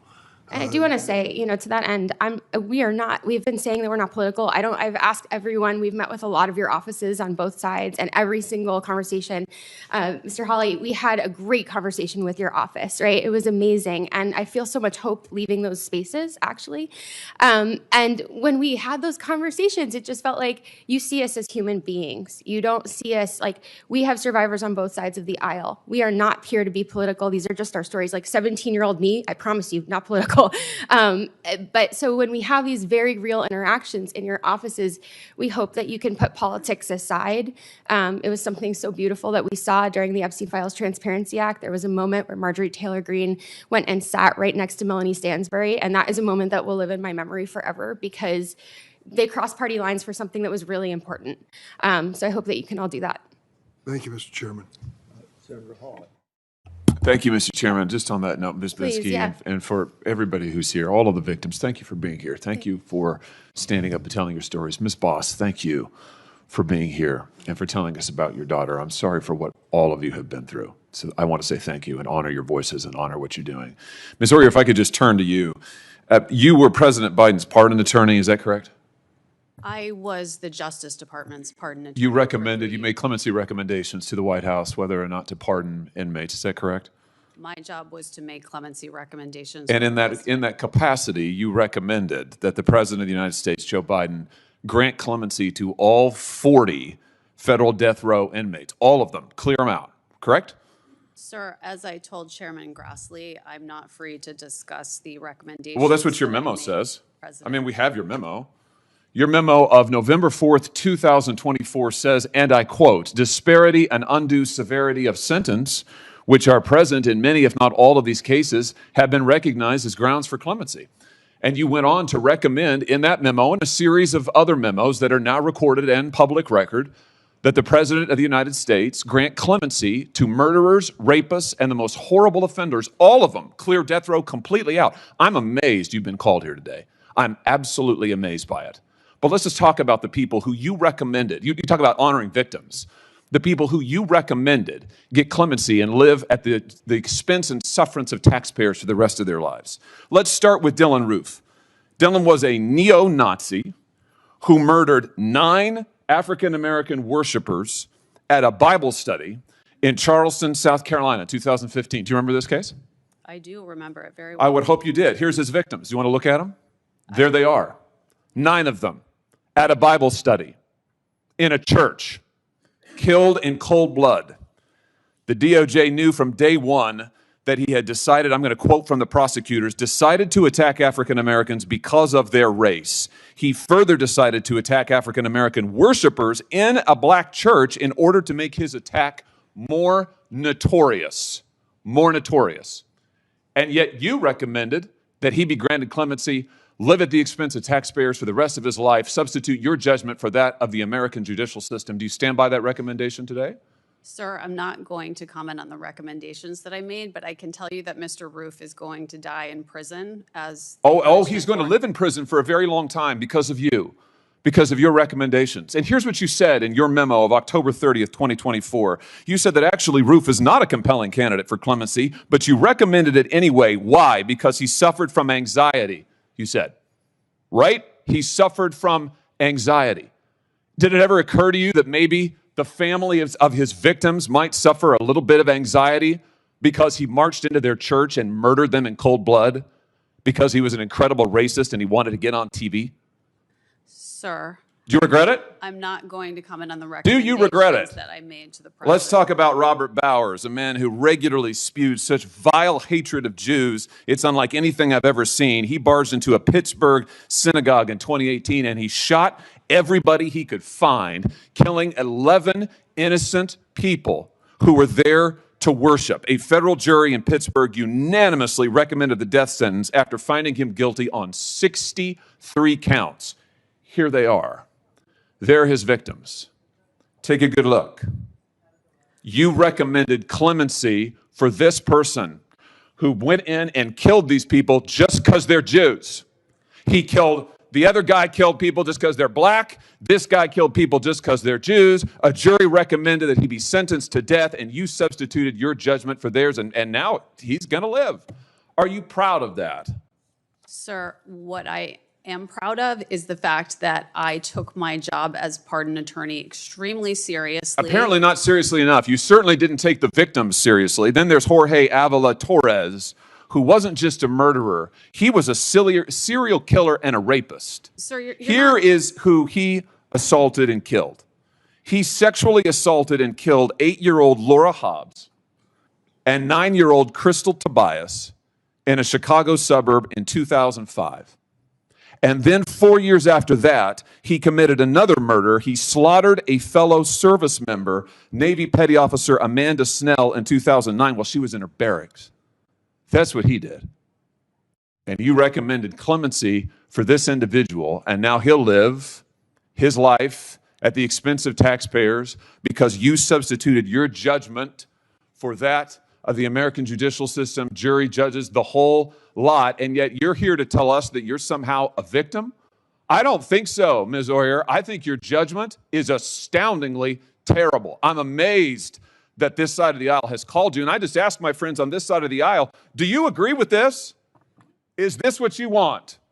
Do you want these people to be pardoned and live at the expense of taxpayers for their whole lives? Do you want to excuse the murders of African-American churchgoers? Do you want to excuse the murders of Jews in their synagogues? Do you want to excuse the murders of these children? Because that's what she did, and now she's online hawking products to try to make money off of it. I see you've got your own website where you put your face on baseball caps and mugs, thelawyeroyer.com. You're trying to make money on this? Sir, This is unbelievable, Ms. Oyer, and yet you say you're a victim? These are the victims, and you helped victimize them. And what you're doing is wrong. I hope every member on this side of the aisle will repudiate what you have done and what you stand for. Thank you, Mr. Chairman. Sir, I assume that your questions directed at me were rhetorical and that you're giving They're not me speech. rhetorical at all. I asked you to respond, and you said you wouldn't. So what I did is I read to you what you have said. I quoted verbatim. And I'm happy to keep doing it. In fact, I'd ask now, Mr. Chairman, that this report, Restoring and Strengthening the Federal Death Penalty report, be entered into the record. It contains information regarding Ms. Oyer, her recommendations, and the track record of all of it. The written records are here. I ask to be entered into the record. It'll be, Ms. Hoyer, take a minute to respond if you want to. Thank you, Chairman Grassley. I, under President Biden, just like under President Trump, had a job to do, which was to make recommendations to the president about how to best accomplish their clemency objectives. I put the utmost effort into doing that in a way that was consistent with the interests of the justice system and all of its stakeholders, which includes crime victims, as well as defendants, as well as family members, as well as judges, as well as prosecutors, all criminal justice system stakeholders. The process that I presided over was one that was beyond reproach. What's happening now with clemency is an absolute disgrace, and I'm sorry that I can't answer the questions about the specific recommendations in this public setting, but I would be glad to meet with any members of this committee who have concerns privately to discuss to the extent I can what your Privately, concerns why don't you are. meet with the victims' families? Here's the disgrace. Senator Whitehouse. Thank you, Chairman. Mr. Ashcroft, welcome back to the Senate. You knew Jim Comey? Pardon me. Yes, indeed, I did. You trusted him? He was the Deputy Attorney General as well as the U.S. Attorney for the Southern District of New York. You trusted him with the top job in your I department? asked him to help administer justice at the Department of Justice. Yeah. You respected him? Yes, I did. Do you have, can you vouch for this department's prosecution of him for lying to Congress or for the process that was performed?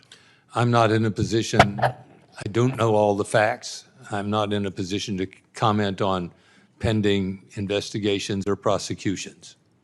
Can you vouch for this department's prosecution of him for posting a picture of the numbers 8647 or the process that led to that? My response would certainly have to be the same as it is for any prosecution.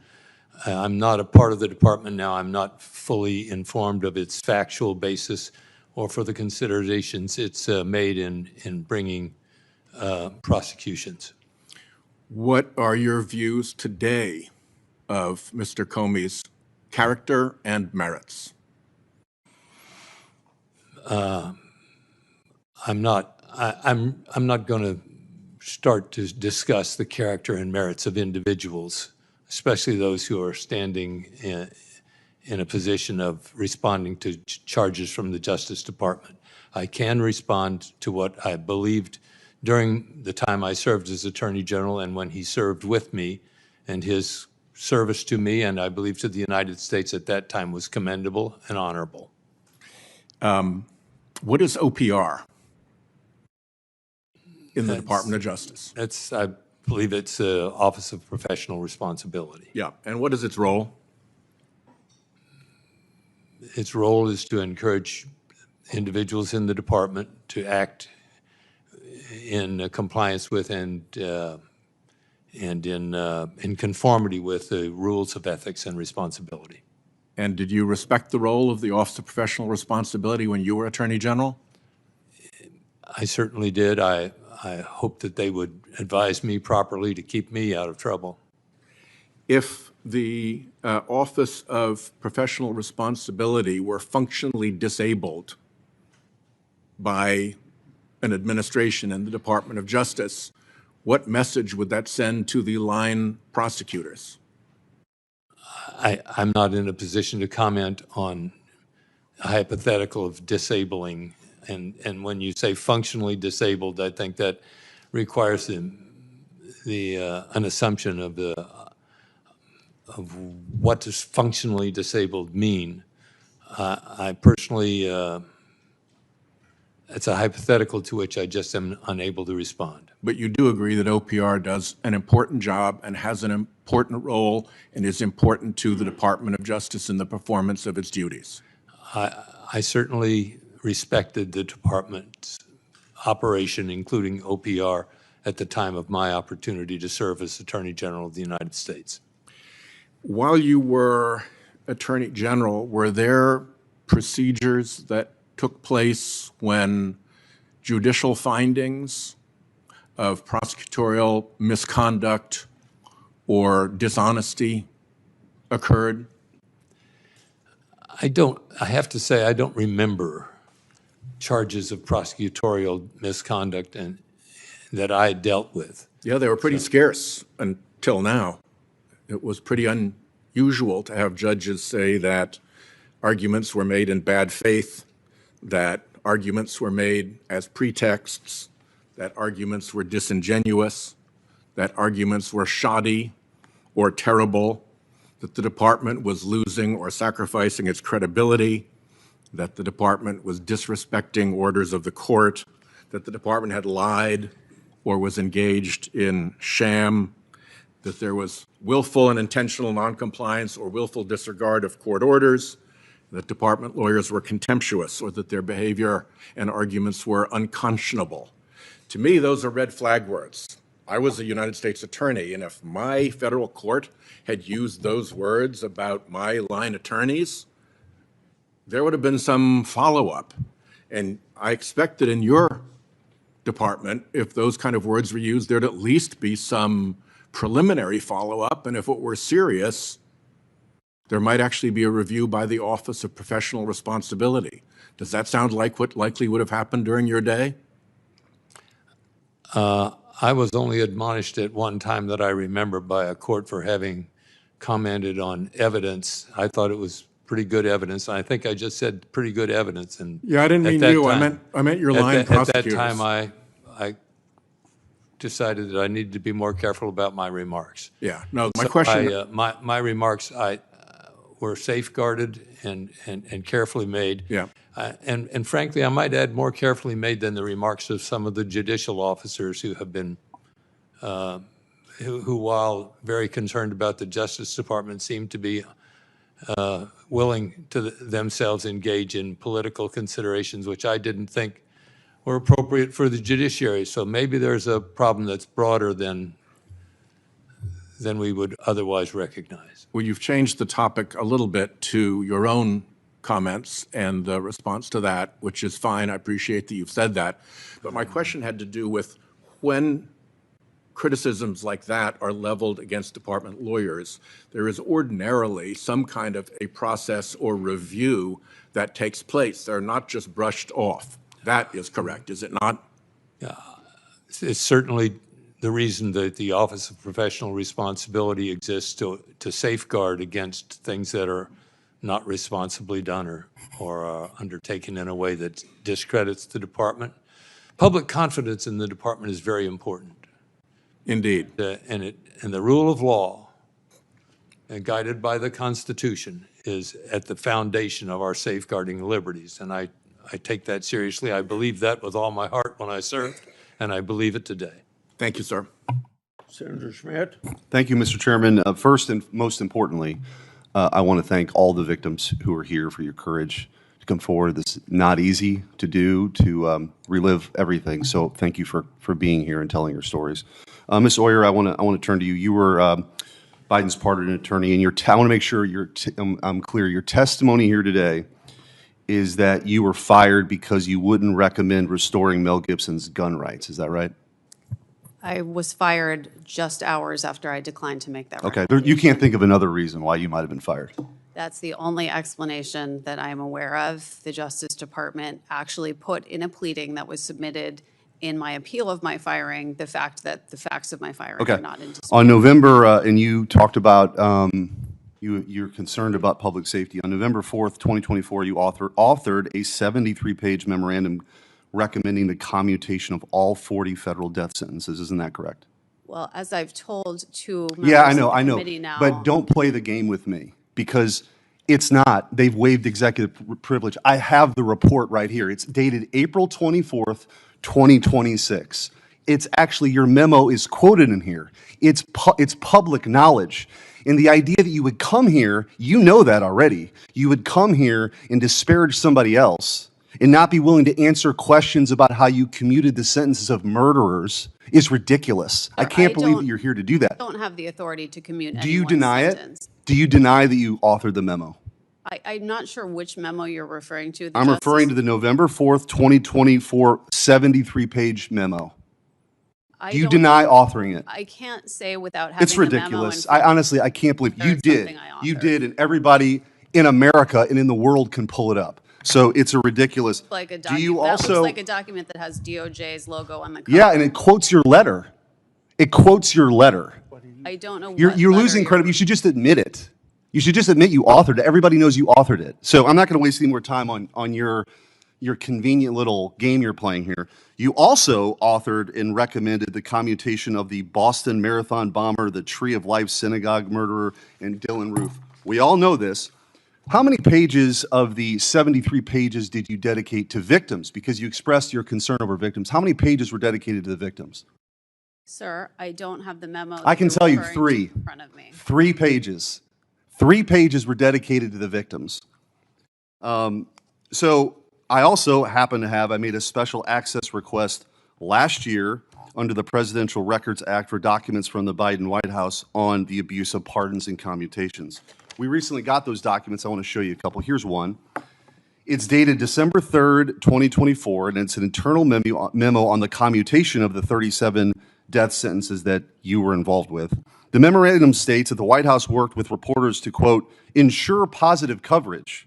It says the White House gave advocates, the elected officials, resources and key messaging to amplify the news.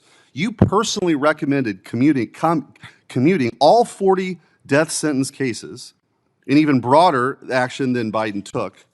Again, that included Dylan Roof, the Boston Marathon bomber, the Tree of Life synagogue shooter. Did you know that the White House was using your recommendations as a PR stunt? Sir, I have no idea what document you're referring to currently. Well, let me just ask you in general, did you know that they were planning to message around your commutation? Sir, I was not an employee of the White House. Okay, I I'll didn't take work- that as a no. I'll take that as a no, but they used your ridiculous recommendation as a veneer of legitimacy. Document 2. I was called here to talk about Mr. Blanche's nomination. Yeah, I for know that's what Attorney you thought General. you came here to talk about. But the reality is your credibility is gone. You can't come here and do the political bidding of the Biden administration. And then when you're called out on that and being fired, and thank God you're being fired. You know what I really think? I think you thought you came here and you're selling merch, by the way. Do we have the hoodies that are up for sale? You sell merch. Let's show the hoodies. I think you came here thinking that you were going to be ordained the high priestess of the resistance. That's what I think. That's why you're denying simple facts that you authored the memo commuting the sentences. Everyone knows that. And we have documents now from the White House that they use that memo as a PR stunt. And so the idea, you have no credibility to talk about Todd Blanche. You have none. You've come here, you deny basic facts, you recommended the commutation of murderers. You gave no quarter at all or any time to the victims of these brutal murders. So again, I can't believe you've been called here by the other side, but I'm glad we've had an opportunity to expose your hypocrisy. Thank you, Mr. Chairman. Senator Hirano. Thank you, Mr. Chairman. Thank all the witnesses for being here. As a continuation of the confirmation process for Mr. Blanche, we are here to determine whether or not Mr. Blanche, who continues to be President Trump's lawyer and all that that implies, should be the Attorney General of the United States of America, who is supposed to be defending the Constitution, not the President. Ms. Bensky, thank you so much for being here and for all of the other Epstein victims. Mr. Blanche was asked whether he would meet with you, and because we knew that he had refused basically to meet with the victims of the Epstein crimes. And he offered apparently yesterday, and he made some excuses about it not being appropriate for him to meet with the victims directly. Why, I do not know. Understand, yeah. But he offered up a staff person, and I understand that a staff person from his office contacted you, you and others, and offered to meet with your counsel. Is that correct? Not with you directly. I am not aware of a staffer reaching out. I can ask, but we have not heard from a staffer. No, we have not heard from a staffer in the last. Okay, 24 hours. let's get that clarified. Did I misunderstand that in fact yesterday when he said, I have a staff person here and we can get this done today, Yeah, that they have not contacted you? they have not contacted us, no. He also said that it would not be appropriate for him to meet directly with you. So not only is his staff have they not contacted you, as he indicated yesterday, that this could all happen yesterday, he continues to make excuses, as far as I can tell, for not meeting with you, in spite of the fact that he met for hours with Ms. Maxwell. Why is it so important? Can you tell us once again, why is it so important for you and the other victims of Epstein's crimes to meet with Mr. Blanche personally? Thank you for the question. I think that if a victim comes and reports a crime in the FBI, what is the first thing that they do? They follow up. Like Law & Order SVU taught me that when I was 15 years old. The DOJ has never followed up in 30 years with any of us. There is a lot in the files right now that you should be investigating and looking into.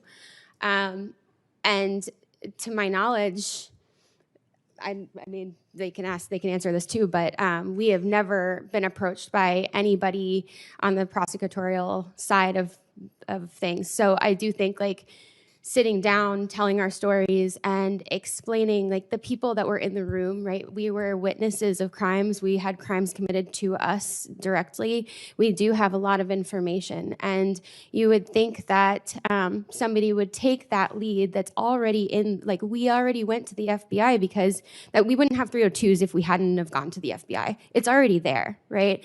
So the following up of those 302s, and then once it's supposed to be handled by the Department of Justice, why aren't we hearing from prosecutors? This case was never handled correctly from the beginning. And he also made some excuses as to why personal information was not redacted in exposing many of you, including you. And I think something that stood out yesterday was that he had said that immediately when things were misredacted, that they were taken down and they fixed them, and within 24 hours they were put back up. That is entirely not true. There are still things that need to be redacted, and there's still survivor information in there even today from my awareness. My information just came down in April, and that was after begging. Would you say that Mr. Blanche exhibits a rather dismissive attitude toward all of you and the Epstein crimes? 1,000%, yes. Thank you. Ms. Oyer, Trump's DOJ under Todd Blanche leadership has purged career prosecutors for personal reasons for refusing to prioritize President Trump's interests over their constitutional oath. Todd Blanche has fired more than 1,200 former career DOJ employees who worked for both Republican and Democratic administrations. This doesn't even include all of the DOJ attorneys who resigned because they didn't want to be part of the kind of DOJ that Todd Blanche is creating, which is basically not a Department of Justice, but a Department of Retribution and Corruption, in my view. Ms. Oyer, what risks does this pose to our country for the kind of DOJ that Todd Blanche is running? Senator, one of DOJ's greatest strengths historically has been its non-political career workforce of experts, people who are experts in their subject matter. That is crucial to keeping all of us safe. We need people who have specialization in things like national security, prosecuting child exploitation, all manner of sophisticated crimes involving cryptocurrency. Mr. Blanche has decimated the expertise of the career workforce. The Justice Department has lost over a quarter of its attorneys under his leadership and has not been able to replace them, certainly not with experienced, knowledgeable, non-political people. I think the DOJ is very much losing its credibility. And as Mr. Ashcroft mentioned, the credibility and trust in DOJ is very important. The rule of law is very important. We have a president who does not believe the rule of law applies to him, and his attorney, Mr. Blanche, is helping the president, proceed with his basically anti-rule of law agenda. I thank everyone for testifying today. Thank you. Senator Booker. I just want to start off by saying, Ms. Oyer, I hold you in the highest esteem and respect, especially what you're doing now as a private citizen. You use a platform to educate people about the law. It is technical, but yet accessible. And the badgering you just endured, it should be completely unacceptable. You were asked to comment on things you didn't have before you. The treatment here, to me, is just outrageous, and I apologize on behalf of the United States Senate. This idea that as a private citizen you can't sell things is insulting to me when we have Kash Patel, our sitting FBI director, selling merch on his site, when you have a president of the United States hawking the Bible, and yet you as a private citizen who has a platform to inform people about the law, how dare we make such an accusation when the mockery of justice, the exploitation and the grifting off of their offices has never received criticism from that side of the aisle. And yet they want to demean you as a private citizen for engaging in commerce. That's ridiculous. In addition to the fact that you were a career public servant for your entire life, you were a public defender, underpaid, overworked, not for a year, not for 5 years, but for years. The dignity and the service you have brought, no matter whether we disagree with your politics or not, should merit the praise of every single senator here. So I apologize for what you endured. I thank you for the service you've given to this country. And on matters of horrible killings, horrific acts, these are complicated matters. I hold here, and I'll submit this for the record, people who were victims, families, survivors, who wrote letters to the President of the United States asking not to have the death penalty put there. And I understand there's differing views, but you are put in those complicated decisions to write career memos for the president to make decisions about who's pardoned and not. And so I am sorry. What I witnessed, I came late to the hearing, was just unacceptable to me. And I am grateful, as somebody that follows you, that reposts your content, I am grateful that you're here. Thank you. I want to say, I didn't hear that on the microphone. Senators enjoy praise. So what did you say? Thank you, sir. Thank you very much. I appreciate that. I appreciate that. I just want to say, before serving as a pardon attorney, I pointed out that you were a federal public defender with clients in the Bureau of Prisons. Was it customary process for transferring a Bureau of Prison prisoner from a low security prison to a minimum security camp? Was that standard practice? That was unheard of. Unheard of. It's against BOP policies. What role does the Deputy Attorney General usually play in that process?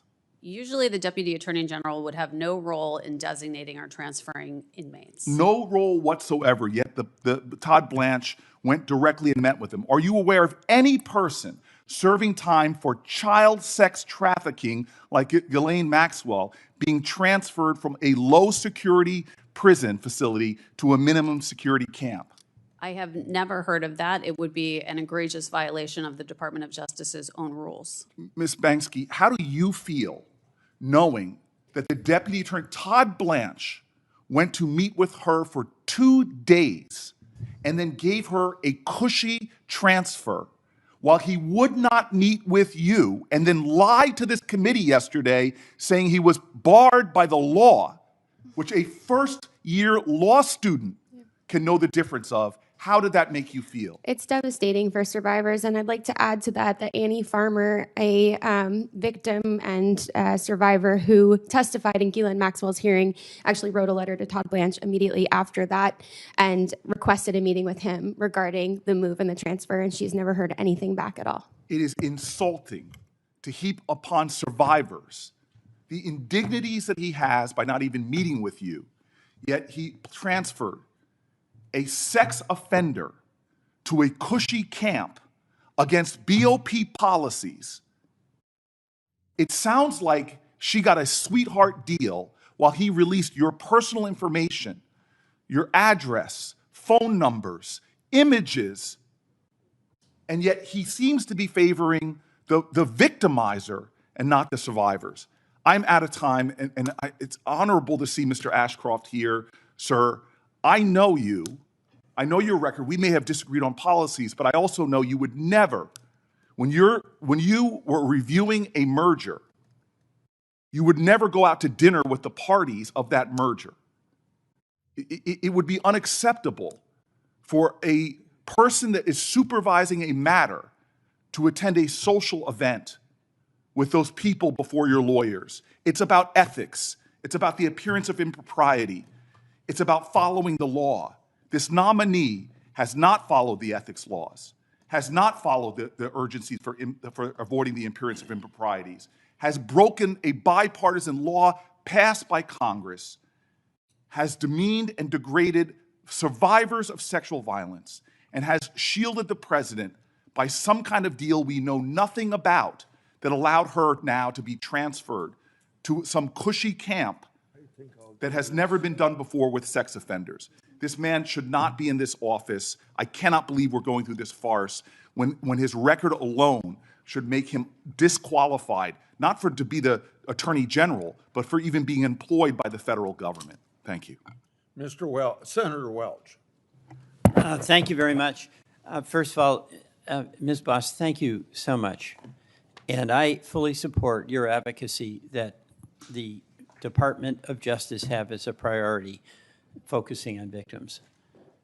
And I also want to express to the Epstein victims my appreciation for allowing me to be with you yesterday and be so uplifted by your support for one another and all you've done to ennoble the rights of victims and the strength of victims to recover.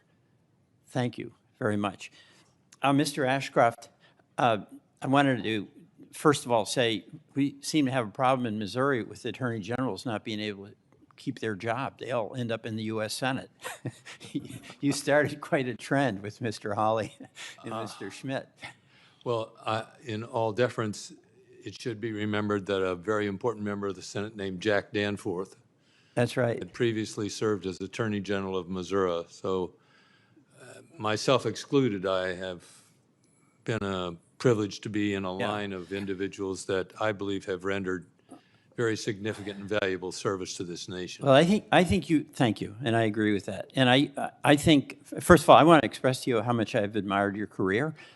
And I think that being an Attorney General is probably the most difficult cabinet position.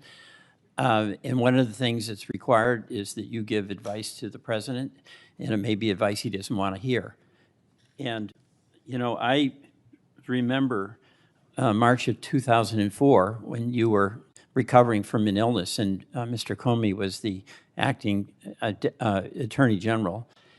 And the President's counsel came to your hospital room and wanted you to sign off on a security law that Mr. Comey, in his opinion, thought was not legal. And you said that was Mr. Comey's decision because he was the acting Attorney General. Is that right? I believe that the the written reports, you know, it's been in novels and other things, and I have no reason to contest what they've said. Right. I was in bed with a morphine pump in one Right. hand. I was in what you call, what do they call this? Intensive care. And But the bottom line here is that the president wanted an answer to permit him to proceed, but it was the opinion of Mr. Comey at that time that that was not legal. And this raises really what I think is the heart of what is so challenging to be Attorney General. The president is the executive, you serve in his cabinet, but there are times when an Attorney General has to say no. Is that correct? No attorney ever is a good attorney who doesn't tell his client the truth.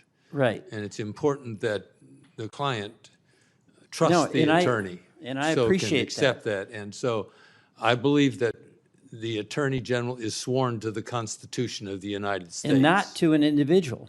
The answer is to the president. He is sworn to the Constitution. That's exactly right. Now, also, when the Enron case, which was an explosive case, came up, you had received contributions in your political career. They were totally and completely legal. But my understanding is because of that and the appearance of a potential conflict, you recused yourself from that case, correct? I wish I remembered things, especially things you say are favorable about what I've done. but it's over 2 decades ago that I did a lot of these. What you did, Mr. Ashcroft, is what needs to be done. You said it. It's the Constitution who's your client. It's the American people who are ultimately your client. And you have to give that direct and candid advice to the executive, who is the president. So that's my question about Mr. Blanche. It's not his competence. It's not that he's got an ongoing relationship. But could you imagine serving as Attorney General and having President Bush come to you and say, by the way, who paid you $9 million before you got to be Attorney General to represent him in criminal actions, okay? This is, it's astonishing, right? But then he said, I've got an idea. We're going to sue the federal government for $10 billion, and you're going to represent the IRS, and then why don't you work out a settlement where there's a $1.7 billion fund that I control. Would you see anything like odd about that? I didn't have that situation. I didn't have a president that had been the subject of illegal disclosure of his activities. No, but criminal disclosure. I want to get to your judgment on this because but I swore to tell the truth, the whole truth, and nothing but the truth. That's a big challenge in an oath, and so I want to give my answer and not your answer, although I respect your question. No, but what I'm asking, you have incredible credibility, incredible character, incredible credibility is kind of almost like Senate speech. Right, but unbelievable believability. I mean, no, yes, I was in this body myself and sat on that side of the dais, but well, you wouldn't have had that reputation if you were a senator. I mean, this is because you stood up to the president. Oh yes, I would. I was honest as a senator. I have to. I confess my faults from both eras, both my legislative. I'm just going to finish. Thank you for your indulgence. But number one, when you saw that there was the appearance of a conflict, you did not continue representing the government in the Enron case. Number two, when it came to a president's demand on something of vital concern to the president, a national security law, surveillance law, where it was the opinion of your department that it was illegal, you stood up to the president and didn't cave. I respect that, and I believe that's the obligation and the burden of whoever serves as our Attorney General. Mr. Blanche does not share that. I thank you for that respect. I hope when I grow up I live to do things right. Senator Tillis. Mr. Ashcroft, and to all the witnesses, thank you for being here. Mr. Ashcroft, I told the chairman, or I told the chairman's staff I had one question, but like John Kennedy, it has two parts. You know, my first question, Mr. Ashcroft, I mentioned yesterday that I'm disturbed with the political physics going on today. If you think about the Obama administration, they had vindictive prosecutions. President Trump came in, more or less matched up on some of it. President Biden comes in, goes a little bit further, and this administration seems to me, when we're doing 8647, we're doing indictments for that, unless there's other, it's an active investigation, but that's a reason to bring Mr. Comey and do a perp walk because he arranged shells 8647 on a beach in North Carolina. That's all we know right now. It just seems like, it seems to me like there's a continuing, you know, this exceptional nation we are, Americans always want to do better, get bigger, higher the next time. Am I wrong, or am I perceiving a continued escalation of prosecutions, that some of which really, because of the way that they're being adjudicated, they're not being successful? It just seems to me that we're like shooting, shoot, ready, aim on some prosecutions. And I'm not only talking about the current Trump administration. I'm going back to the Obama era. Do you agree with me that there seems to be a trend that each administration, we seem to be upping it of late? I'm not sure I could quantify any disenchantment. Okay, that's okay. I believe that's fine. I believe I think partisanship. Yeah. And no, that's okay, Mr. Ashcroft, because I'm going to live up to my promise to yield back some time. My point is, I'm a management consultant. I'm not an attorney. I'm not a prosecutor. I'm not a law enforcement officer. But I deal with facts and empirical data pretty well. I guarantee you, I can give you a list of cases and a list of investigations, a list of vindictive audits. And every year, it's like from 2008 to 2012 to 2016 to 2020 and 2024, one party is going to have to actually be an adult in the room and stop it. And our members here need to stop having situational ethics where they're only opposed to it when the other party's in power. But that was not my question. Yesterday, before the hearing, and Mr. Blanche, I have a positive predisposition to, just so that everybody knows. I have not made a final decision. But Mr. Blanche said very quickly yesterday that he would meet with the victims, the Epstein victims, today, if it could be arranged. Well, right now, the markup, if you all don't know procedure here, after this hearing is done today, next week we'll hold it over. The earliest possible markup would be 2 weeks from now. And because it seemed to me that Mr. Blanche was willing to say that he would meet with them and counsel, I understand the restriction that counsel has to be present. I expect that meeting to occur before I'm willing to vote out of this committee. And I'm trying to get to yes. But this is a very important part of getting to yes. There should not be any reason why, based on what Mr. Blanche said yesterday, if he said that he would do it today, then he can certainly do it over the next 2 weeks. Thank you, Mr. Chair. I yield back. Yeah. Talking about what you said, what advice or how political Attorney General office is, I remember that Holder said he was a wingman for President Obama. That's exactly right, Mr. Chair. And anybody who comes up here and steps up on their pulpit, and then all of a sudden I can go back and see of record the absolute silence of Democrats when Biden and Obama did the same thing. I'd love to see a Democrat who has taken the position that I have with an administration that shares my jersey, because that's the only way this nonsense stops. Senator Schiff. Thank you, Mr. Chairman. Mr. Adler, thank you for being here and for your many years of service. Ms. Oyer, likewise, thank you for your courage at the Justice Department and for your willingness to speak out. Ms. Boss, I'm just heartbroken for your loss and very much appreciate your advocacy. And Ms. Bensky, thank you for your willingness to speak out and for all of the Epstein victims that are here. I'm glad the Attorney General finally acknowledged that he could meet with you. I was perplexed when he said somehow that he was prohibited. That's simply not the law. And I hope that meeting takes place. Mr. Ashcroft, thank you for your service. I wanted to ask you about some remarks the Attorney General made when he said that he thought the president, he was asked about the president targeting his political opponents and enemies for prosecution.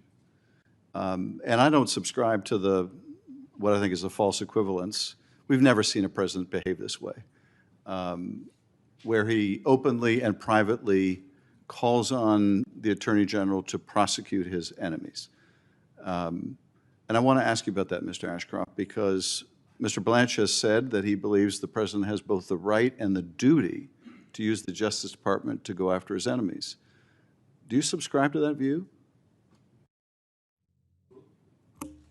Thank you, Senator. I believe that the Attorney General of the United States has the right and responsibility to enforce the law uniformly. And if the law has been broken by the president's enemies, he has a duty. They do not become exempt from following the law merely by their enmity to the President of the United States.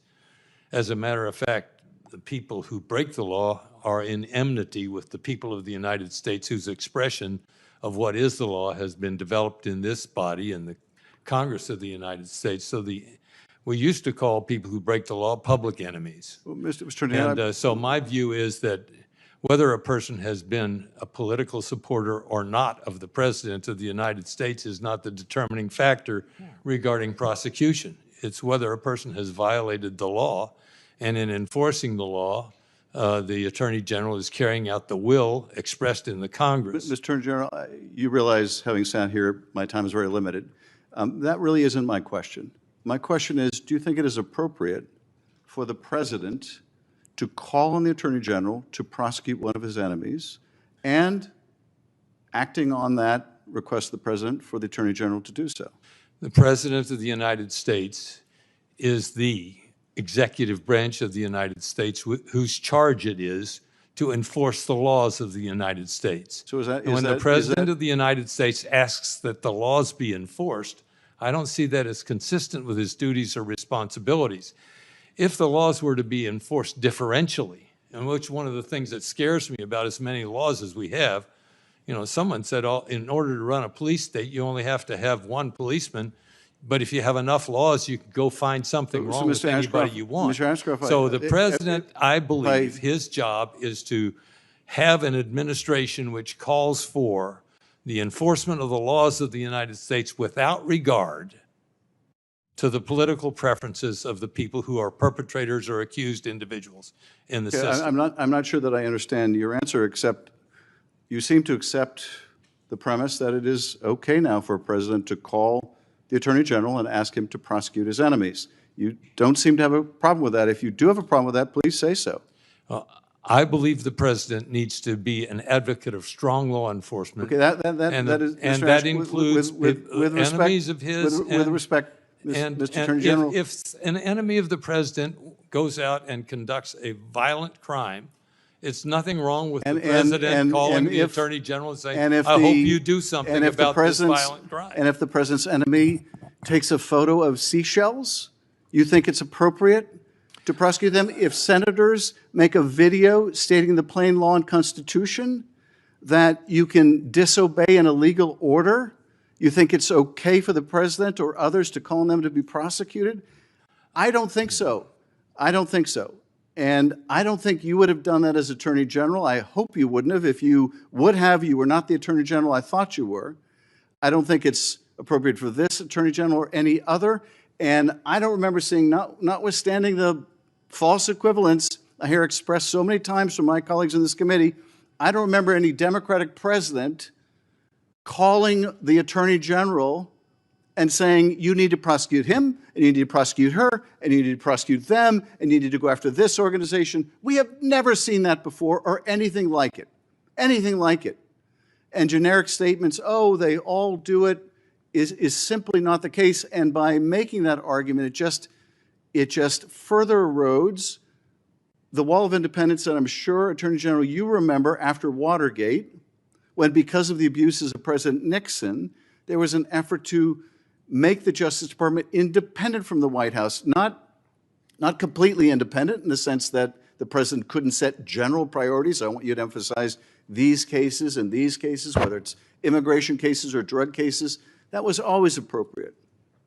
But what has never been appropriate, and particularly so after Watergate, was for the Attorney General of the United States to break that wall and call on his Attorney General to prosecute his enemies And I would say even without any basis to do so, and this Justice Department has been willing to do so and has gone before grand juries, and we have never, I think, seen the likes of this either in these high-profile cases where the grand jurors, in some cases to a person, have refused an indictment. How often did you have that happen to you, Mr. Attorney? Last question I'll ask you. How often, Mr. Attorney General, did you seek an indictment as a prosecutor and have not a single grand juror vote to indict? Did that ever happen to you? I don't know. I just don't know. I thank you, Mr. Chairman. Senator Britt.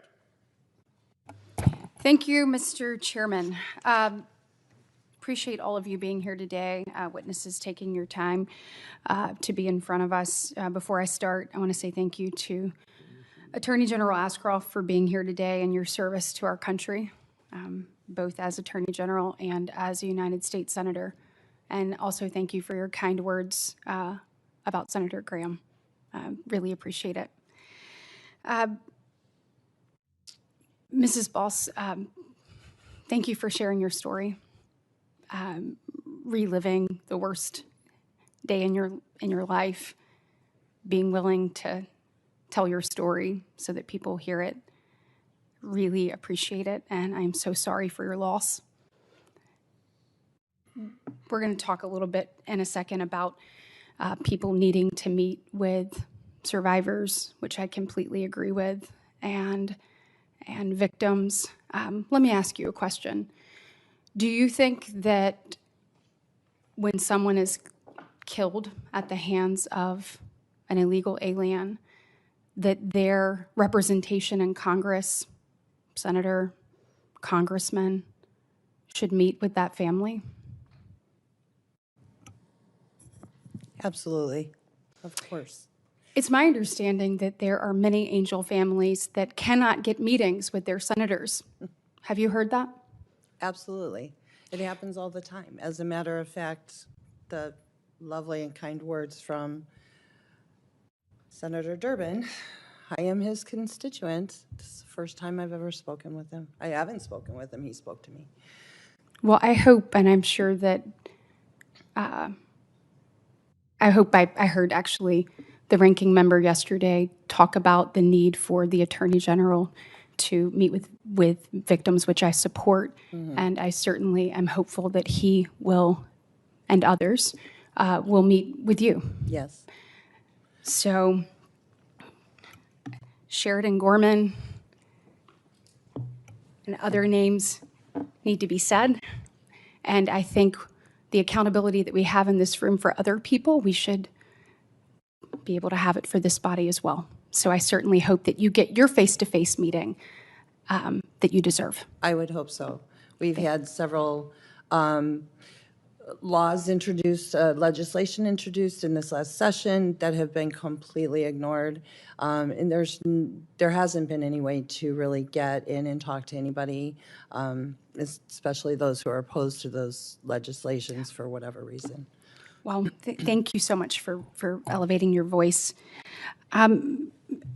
Ms. Bazinski, am I saying that right? It's Bensky, yeah.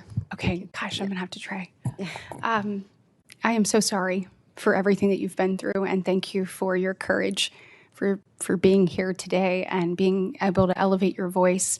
I completely support your quest to be able to be heard, to obviously for victims to be protected, and for us to pursue every lead possible. And, I do believe after my conversations with the Assistant Attorney General that he is going to pursue those. Let me ask you this. Were you asked in the previous administration, did you ever have an opportunity to sit down with the then Attorney General, Merrick Garland? We did not, but there are active investigations going on because of Ghislaine Maxwell's hearing. So, but did you ever have a face-to-face with him? No. No. Did y'all request a face-to-face?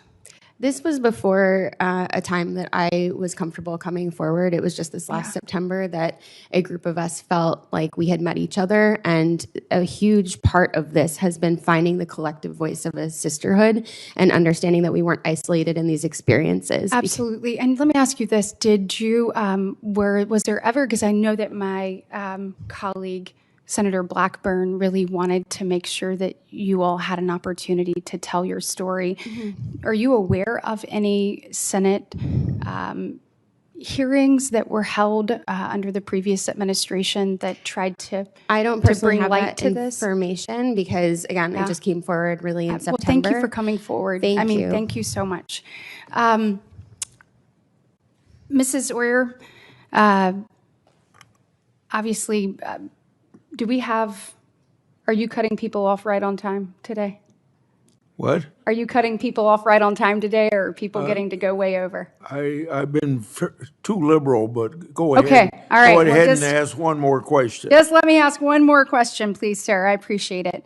After you were fired from DOJ, you had an independent media company and a Substack platform, and you had the, Lawyer Aura brand name and the hoodies that said "Hardwired to Stand Up to Bullies." I'm wondering, it's my understanding that as a pardon attorney during the Biden administration, you recommended actual commutations for Daniel Troyer and Ricardo Sanchez Jr., who were sentenced to death in 2009 after executing a family of 4 on the side of a highway. Is that true? Ma'am, I think you were not in the room when several of your colleagues asked me about those recommendations. This is my turn to ask a question. So is that What true? I said then remains, which is that I'm not able to talk about the clemency advice that I provided to the White House because Okay. of Well, the victims included a 4-year-old and a 3-year-old boy who died while cradled in the arms of their mother, who was trying to shield them. Those 2 little boys were shot 10 times, and their mother was shot 11 times, and their father was shot 5 times. So I appreciate the grace on getting to go over, but that doesn't sound like to me that you stand up to bullies. It sounds like to me you stand with them. Thank you. Senator Blumenthal. Thanks, Mr. Chairman. I want to thank all of you for being here. This day of the hearings often gets less attention, but it is very important to us, and you are performing a very important service. I particularly want to thank Ms. Bensky and Ms. Boss for sharing your stories and reliving a lot of the pain that you have been through. Ms. Bensky, I don't know whether you were here yesterday when I asked Acting Attorney General Blanche to apologize. And I'd just be interested in your reaction to his response. Yeah, I think it was the most that we've gotten from him. And that was a moment where there was a touch of humanity to say that we do understand that there was, in fact, failure here, because he's been on the record multiple times saying that nothing was mishandled. And as a survivor who literally saw nude images of friends and had my own information exposed all over the place, to tell the world that this had not been mishandled was just so absolutely egregious. Like anybody from here to Mars, no matter what political affiliation you're with, can see that like your government should not be, sending out nude photos of you, obviously. Yeah, thank you. Thank you. Very well said. Let me ask you a general question. And you don't have to give me an exhaustive answer today, and I know there are others in the room who may want to answer this question as well, but what should we demand of the Department of Justice to make things right, to make things better? Yeah. We've always just been looking for accountability and for this case to be handled correctly, because even from the very start of this case, we have not seen it handled the way anybody would normally prosecute something. So we are looking to get to the bottom of why our perpetrators were never held to account. How does the largest sex trafficking ring in this country exist when only 2 people have been found even remotely? I mean, Epstein's dead, but Maxwell is the only one who has been held to any sort of account, and she's in a lower, a lower security penitentiary at this point. So, I think we are owed answers, and we are owed, justice. For us, we get that question a lot of what does justice look like? I think, yes, the culture shift is part of it, but really, like, having your government stand up for you and stand up for what's right. And, there's a chilling effect that it sends to survivors everywhere when their government is outing their personal information. Other survivors are not going to want to come forward, right? And so we need to make sure that we are getting all the information with these cases. So I think we really just hope that the government will take it seriously and start investigations. Accountability. Accountability, yeah, always. And I think a working hypothesis here is that accountability is difficult when rich and powerful people are potentially... It's always been the vulnerable versus power for this case, for most sex trafficking cases, or all sex trafficking cases, really. And it is about how the powerful consistently exploit the vulnerable. And that is what we see a lot. I mean, I have a 6-year-old son, and I teach him that accountability matters every single day. And I hold him to account. Why can't we hold our government to account? Well, I will just say your voice and face has been a very powerful antidote to the wealth and power that may be brought to bear here. And I hope that this forum will encourage you and others to come forward as you've done so courageously.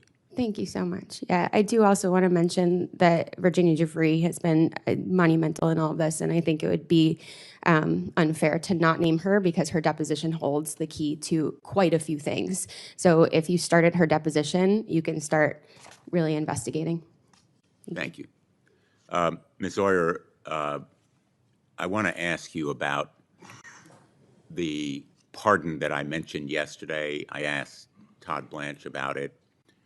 David Gentili, sentenced to 7 years for a multi-million-dollar fraud scheme that involved a 7-year sentence. He served 12 days of it before he was pardoned. He boasted to his fellow inmates that he was going to pay $2.5 million to someone to get him out. Father Frank Mann told one of his parishioners that he had talked to President Trump to get David Gentili out of prison. These are facts that have been publicly reported.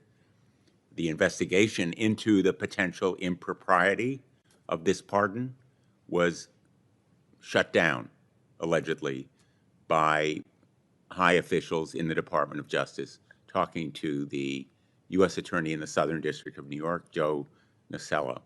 I know you're not familiar with the facts. I'm not going to ask you whether you believe that that reporting is true. Mr. Blanche never denied it. He basically said, well, it was a leak. Sometimes leaks actually involve truthful information. But the point that I think is lost here is that that pardon involved $16 million in forfeiture to innocent victims, many of them retirees who were depending on that money to survive. And he will no longer be required to do restitution. So his ill-gotten gains, some of which he may have used to pay for his clemency, so to speak, are not going to go back to the people who were cheated, his victim, as a result of that pardon and clemency. So I guess my question to you with this introduction is essentially, are victims and survivors often re-victimized by pardons that are unjust or unfair to them? And shouldn't we have them given a voice and recognize the Constitution gives the president unlimited authority? And it's one of those powers that's unchecked, rarely. But isn't there a need to give the victims a voice in this process? Yes, Senator. The millions of dollars that Mr. Gentile stole from his investors, unfortunately, are a drop in the bucket of the restitution that victims have been deprived of as a result of President Trump's pardons. He has forgiven over $1 billion in restitution that is owed to victims of fraud, as well as money that is owed to taxpayers by people who committed white-collar crimes and who have served, in many cases, none of their sentence and repaid none of their money. That is not consistent with the regulations that the Justice Department has in place for evaluating applications for pardons. The Justice Department historically has looked to see that people have repaid their debts before recommending clemency, but this president is using clemency in a strategic, transactional way to forgive huge amounts of debts owed to taxpayers and crime victims. Senator Durbin. Mr. Chairman, in closing here, I would like to make a couple points. Please do. First, I understand that the senator from Alabama mentioned my name while I had stepped out. Ms. Boss, anxious to meet with you. I hope we can do it soon, maybe even right after this, because I know it was a hardship for you to make this journey here to testify from Illinois, and I don't want you to have to wait to see me. I want to meet with you now, and we can talk as soon as this meeting adjourns, if it's okay with you. If it fits in your schedule. Let me say a word about Ms. Oyer. I'm glad that the senator from New Jersey said what he did about you. I believe the fact of the matter is that most of the things that were brought up today in this hearing about your activity related to a decision by the Biden administration as they were leaving office to turn death penalty convictions into life imprisonment instead. Is that correct? That's right, sir.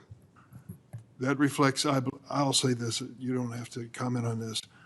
I believe that reflects President Joe Biden's opposition to the death penalty.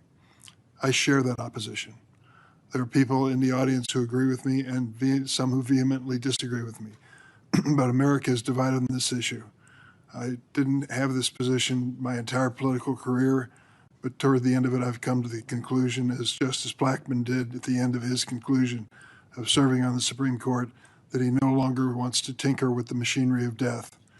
The fact of the matter is, there are clear cases where one can argue a death penalty, and there are cases which we have found were wrongly decided, and people faced a death penalty or worse until evidence and other things were discovered at the end. That is my position. That was Joe Biden's position. That's why the cases which were brought up today are so serious. And I believe that you were doing your job as a pardon attorney to advise him as to his decision. But is it not true that the final decision on the disposition of these inmates was the decision of the President of the United States? That's absolutely correct, Senator. So if you want to take exception to Joe Biden and his position, be my guest. But to blame you for those, I think, goes beyond your responsibility as pardon attorney. And I will just say, I know the controversy behind this issue, but I feel that that's what led him to his conclusion. Ms. Binsky, thank you for bringing your friends with you today. It is great to see them, and I hope that what you heard from Senator Tillis is a promising possibility that he said he would not, I hope I'm saying this correctly, he wouldn't vote to confirm this nomination until there's been an actual meeting. That would be a dramatic work of progress for us to reach that point. And because you had the courage to stand up, not only you, but your friends, we have achieved that, I believe. I hope that's the fact. Thank you, Mr. Chairman. Yeah. Thanks to all of our witnesses for being here today and for traveling the long distances some of you have had to go. We're grateful that you did it. For all the members of this committee, written questions to these witnesses here are due on Wednesday, July 22, this year at 5 p.m. The hearing is adjourned. Thanks, Chair. Yeah, thank you. We'll go see if the Finance Committee is still meeting. Okay.